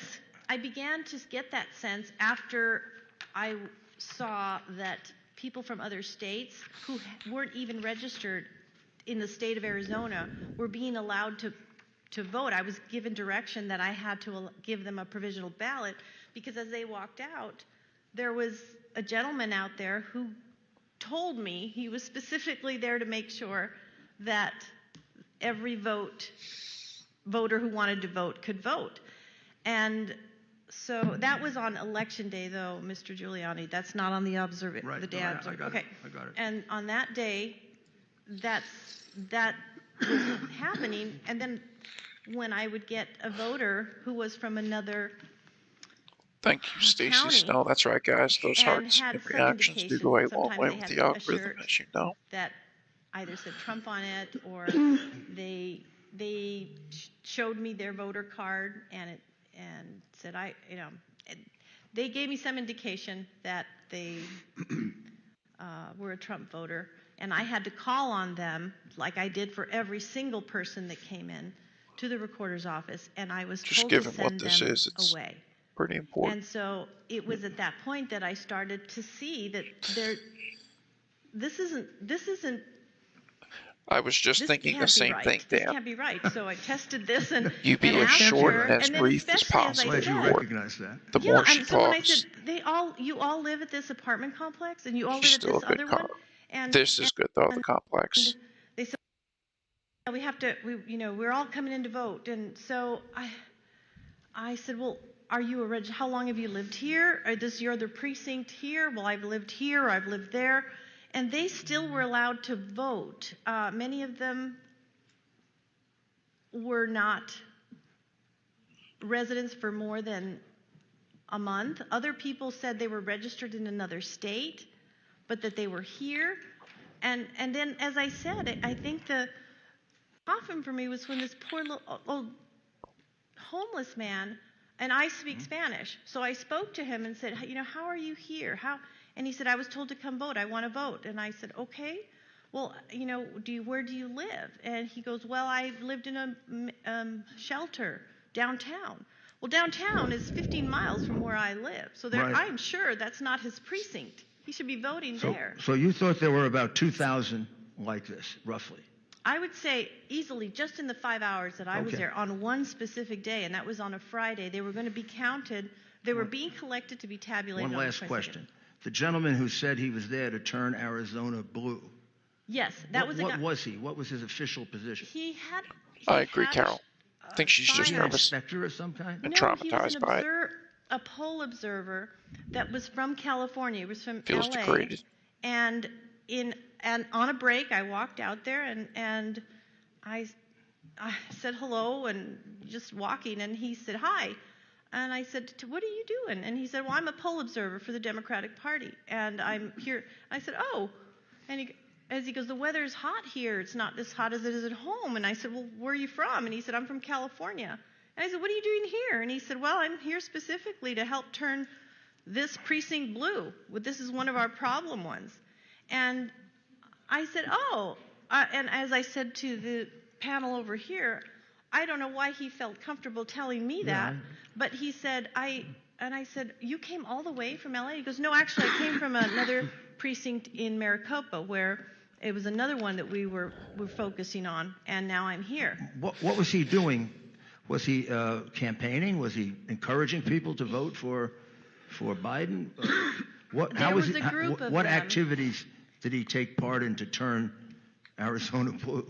Well, as I understood, because I was inside working, his job was to make sure that anybody who was turned away to vote, that he would have people he could call, attorneys in his words. He goes, I have a couple attorneys that I'm connected to right now that if anybody's not allowed to vote, I can make sure that they're represented. And so anybody who was not allowed to vote in that polling place, I was the one that they would be talking to. So of course, that was somewhat directed at me, since I'm the one who would say, no, you can't vote. I see. So I don't know what else he was doing, but he said there was a group of them that were coming in. And they sent him there sometime after you began doing that? He was there, well, we started at 5 o'clock in the morning, just getting ready. So when I went out for a break, it was maybe around 10 o'clock, and he had been there. And I'm sorry, I don't remember what he had on his shirt, but they were very clear that they had T-shirts, they said, that they matched. Another person came in to take over for him, and it was a yellow shirt with something written on the front. Well, thank you very much for your service and for your courage and testifying. I just make one point, Mr. Chairman. Her testimony alone, and I see no reason why she isn't telling the truth. By the way, she is under oath in the sense that she submitted an affidavit under penalties of perjury to what she just testified to. Thank you, sir. And 34,000 votes unobserved would change the nature of the election. Just our testimony. Indeed it would. One witness. Sir, thank you very much. Yes, thank you for Members, having me. I know everybody wants to ask a question. We need it. Well, everybody has one. It is now 12:15. I expect this hearing, at the rate that we're going, we will be here until late into the night. Wow. Please be brief with your question, and I would appreciate it if there's no follow-ups, just so that we can have a lunch break. Late into the night, they and said, kind of right, set the guys? expectation for the folks who are here. We're going to and have to get back start at it. another stream. And we'll try to make the witnesses focus a little bit more. All right, We're thank you. 6:45 into this. Leo If I do Biasucci? that or I'm come sorry, back, Representative Biasucci, you're first, and then Mr. Burley. Thank you, Mr. damn, Chairman. not playing Thank you, around. for being here. Just a quick question about the voters that you said were coming in that were from out of town, or they just moved there, whatever their reasoning was. Did they have an Arizona ID with an For address sure, or anything to Ash. show you? Were they on the voter rolls, or were these? No, they were not on the voter rolls. They had out-of-state driver's licenses, but had either an electric bill or some kind of a bill that they showed me on their phone, showed me that they lived in this particular precinct. With that, I would call the recorder's office. And you would verify through them that they were indeed legal to vote. Right. And so then when I'd say, well, when did you move here? Well, I moved here on such and such a date. But you had to have registered, I think, in Arizona by the 15th. And then it was extended to the 22nd or the 23rd. So it was just questionable that they were still allowed to vote. But I had a longtime voter who wasn't allowed to vote from another precinct. Right. And yet someone could vote from another state. Thank you. Senator Burley. Yes, sir. Thank you, ma'am. When the votes that needed to be duplicated, the ones that needed to be corrected, when they went to the end of the room, did you notice anybody in there that was actually overseeing that correction, a Republican or a Democrat? No, as I mentioned before, that's the first room I went into, and he explained to me that this is the room where that would happen, but that I was not allowed to be in there. When you were in there before they sent you somewhere else, did you see a Republican and a Democrat? No, he was alone. It was just one person. Do you know how he was registered? Do you know if he's a registered Republican or Democrat? I don't know, but I have an idea, but that wouldn't be. The bottom line is. We'd appreciate no speculation. Thank you very much. Well, it's a violation of the law anyway, because you're supposed to have both. Right. No, thank you. All right. Members, one question, and then we're going to break for lunch. Representative Townsend. Thank you, Mr. Chair. And I just have a really quick question. We had our county recorder in Maricopa County instruct voters to cross out mistakes on their ballots for the November election, and then we later had a judge say, no, that was likely breaking the law. You can't do that. Reason why this is going to go into the night, unlike Philly, is because this is all the way Arizona down, but that President Trump's and name was Georgia will crossed be out, the other one that and will probably go even other longer candidates was because circled of those in. two Is senators' it seats possible, there. in your opinion, in that other room that you weren't allowed to be in when there wasn't a second person watching the adjudication, were there pins allowed? Would someone be able to cross out one candidate and vote for someone else? Well, again, I wasn't in there to be able to say this accurately, but there's only, can make an assumption. If a room requires two people and an observer, that a person by themselves, it's possible. Of course it's possible that that's what happened. But those are the kind of ballots that I'd see. Because I was able to see them as they came through in this room. They were either all for the GOP or all for the Democratic Party. But one of the president little oval had been marked off, or not marked, crossed, which makes it a problematic ballot. So that would have to go into the other room that you're asking me about. And again, I wasn't in there to be able to speak accurately about what this person could have done or didn't do. And that to me was the problem in this whole issue. I'm useless to be able to watch Breitbart. people just putting Hang them on in one sec. order. Give you a much better We angle. should have had an observer watching. Breitbart's back in action. Okay. Second. Problematic ballot. So that would have to go into the other room that you're asking me about. And again, I wasn't in there to be able to speak accurately about what this person could have done or didn't do. And that to me was the problem in this whole issue. I'm useless to be able to watch people just putting them in order. We should have had an observer watching. Okay, thank you. Ballots. All right. Ms. Orth, thank you very much for your testimony. Ladies and gentlemen, here's how we're going to manage the lunch break. As you leave, please wait a minute before you walk out the door or you won't get back in. As you're walking out the door, you'll be given an armband, and in order to come back in, you'll have to show that armband. We are going to break. It's now 12:22. We will be back here at 1 o'clock. It's going to be a short break. Thank you.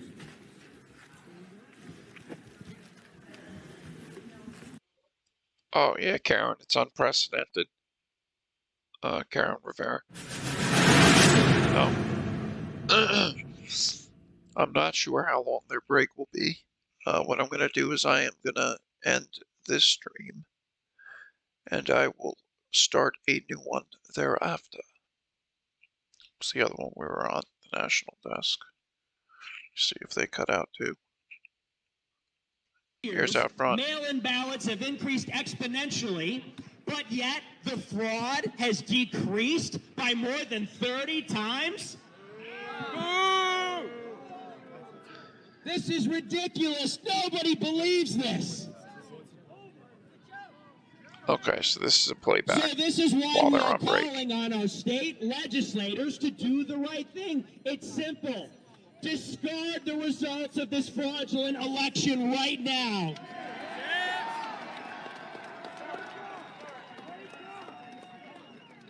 And reclaim your constitutional authority to appoint electors yourselves. I'll be back. Marie, that's right. Arizona Republicans, send 11 electors to Washington, D.C. to vote for President Trump for 4 more years. 4 more years. They said a lunch break, right? 4 more years. I would think that's like going to be like probably 45 minutes or an hour.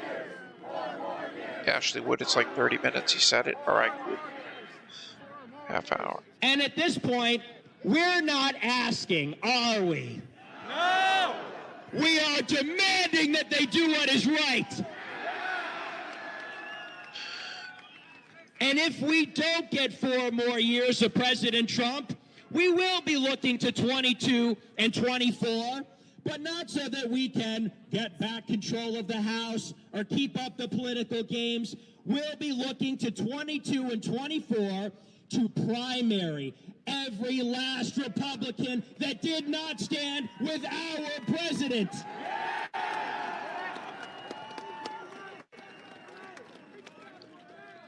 The GOP If they cannot protect our president, then they are useless and they must be cast aside. It is 1 hour, Thomas, right? Because okay. I don't know about you, but I Normally am an hour is standard tired for like House and Senate meetings, so that's why I asked. And betrayed Thank and you, sir. stepped on and abused by the system and the people that prepare to represent us. Perfecto. President Donald Trump alone was the only one who would stand up for us and stand up for the American thank people you, Ms. Lauer. and stand up for our country.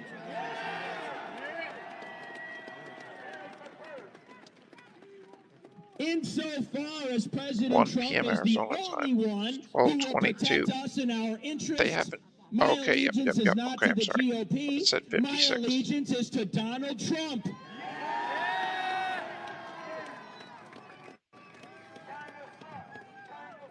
We want Trump. We want Trump. We want Trump. We want Trump. We want Trump. We want Trump. We want Trump. We want Trump. We want Trump. We want Trump. All right, so what I'm going to do is I'm going to end this stream, and then once that stream picks back up, I'll re-enter the stream information. We are no longer Republicans. We know are what? Trump supporters. Oh my God. You 10, 12, 17 people on YouTube. I'll leave it up for YouTube. America first! America first! America first! America first! America first! America first! America first! America first! So Mitch McConnell better think long and hard about his next steps in the coming months, because we will remember what he did for us in this time when it comes time for his candidates to go up for their primary and general elections in the years to come. We'll remember. Yeah, Marie, I'm going to, let me see what's left here. And I've looked back at the past 5 years. Yeah, I'll leave this one up here for another half hour or so. This man and restart is a the next billionaire. one. He was one of them. Honestly, I don't know if I can go into the night, though. I've been who up lived at the top of 12 and a half hours now. skyscraper in New York City in a golden palace. Or 12 hours now, I'm sorry. He stood up and like fought falling asleep 16 in place. idiot Republicans in the So I'll 2016 set an primary. alarm maybe for one third time. He stood up and he defeated the most corrupt candidate Yeah, I in the gotta take a history of lunch the care. United States, My Hillary ears need a Clinton. break from this headset, too. He fought through All right, a fake I'm gonna take a Russia lunch. investigation. I'll see you all in a short He bit. fought through a fake impeachment. He fought through fake news and fake polls. And now the system thinks that they can defeat him with fake ballots. We're not going to let that happen. For anyone viewing who might be new, I just want to say welcome. Anybody here is welcome. Left, right, up, down, politically speaking, I don't care. As long as you can respectfully agree to disagree. If anyone might not agree with you, that's the only thing that I ask. I encourage people to follow. I do go live every day, cover riots, protests, politics, rallies, etc. People are going to fight for you, President Trump. We are going to fight for our president. Started the day early today at 7 a.m., so it's already 3. Had it all. He had a great life. Or 2:30 He could anyway. have stayed at the top of his penthouse on Fifth Avenue in New York City, far away from this screwed up country and all of its problems. But he didn't. He took a stand. And he should inspire each and every last one of Sandy, you to take the Ashley, same stand Karen, for your Marie, people and your country. I will see you girls in a bit. Be well. Thank you all. Stacy, be well. Some Republicans are telling us that we just have to Sandy, good to focus see on you. this Be well. Senate runoff in Georgia. And by the way, this was And Ronna Diane, thank you McDaniel, for the chair of the helping out with that Republican time as Party. well. She said that we have to wait to deal with election fraud after the Senate runoff. After the Senate runoff is in January. Appreciate you, It'll be too Ash. late after that. There is Thank you. only right now. And the stakes could not be greater. Because in truth, if the Democrats get away with stealing this election, there is no limit to what they will get away with. If they were able to steal Yeah, she did say 12:22 until 1. Yep. with So hundreds of thousands T-minus or millions of 29 ballots, minutes. Yep. there is no limit to what they will be All able right, to be steal well. in Thank you every all. election in the future.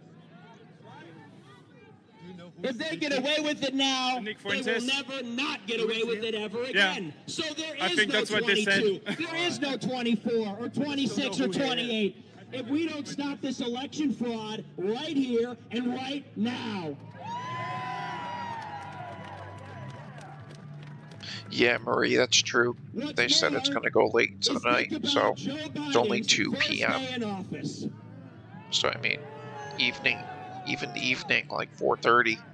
On day 1, 5, that's still before it's going to end, so yeah, going to take a half hour, an hour. 30 million criminal See how it will is. get amnesty. They have no shortage of witnesses, so that's why, again, they have so many people on that table. That's why it's going to take so long.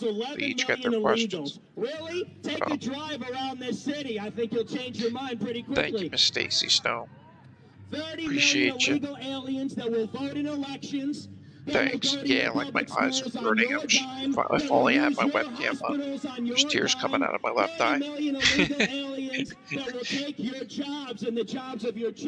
Been crawling through the Sahara. It's just staring at screens. It's waking up. Appreciate you, girls. I'll see you in a short bit. Pleasure and a privilege as always. We have to have President Trump for 4 more years so he can finish the border wall. Build the wall, build the wall, build the wall, build the wall, build the wall, build the wall.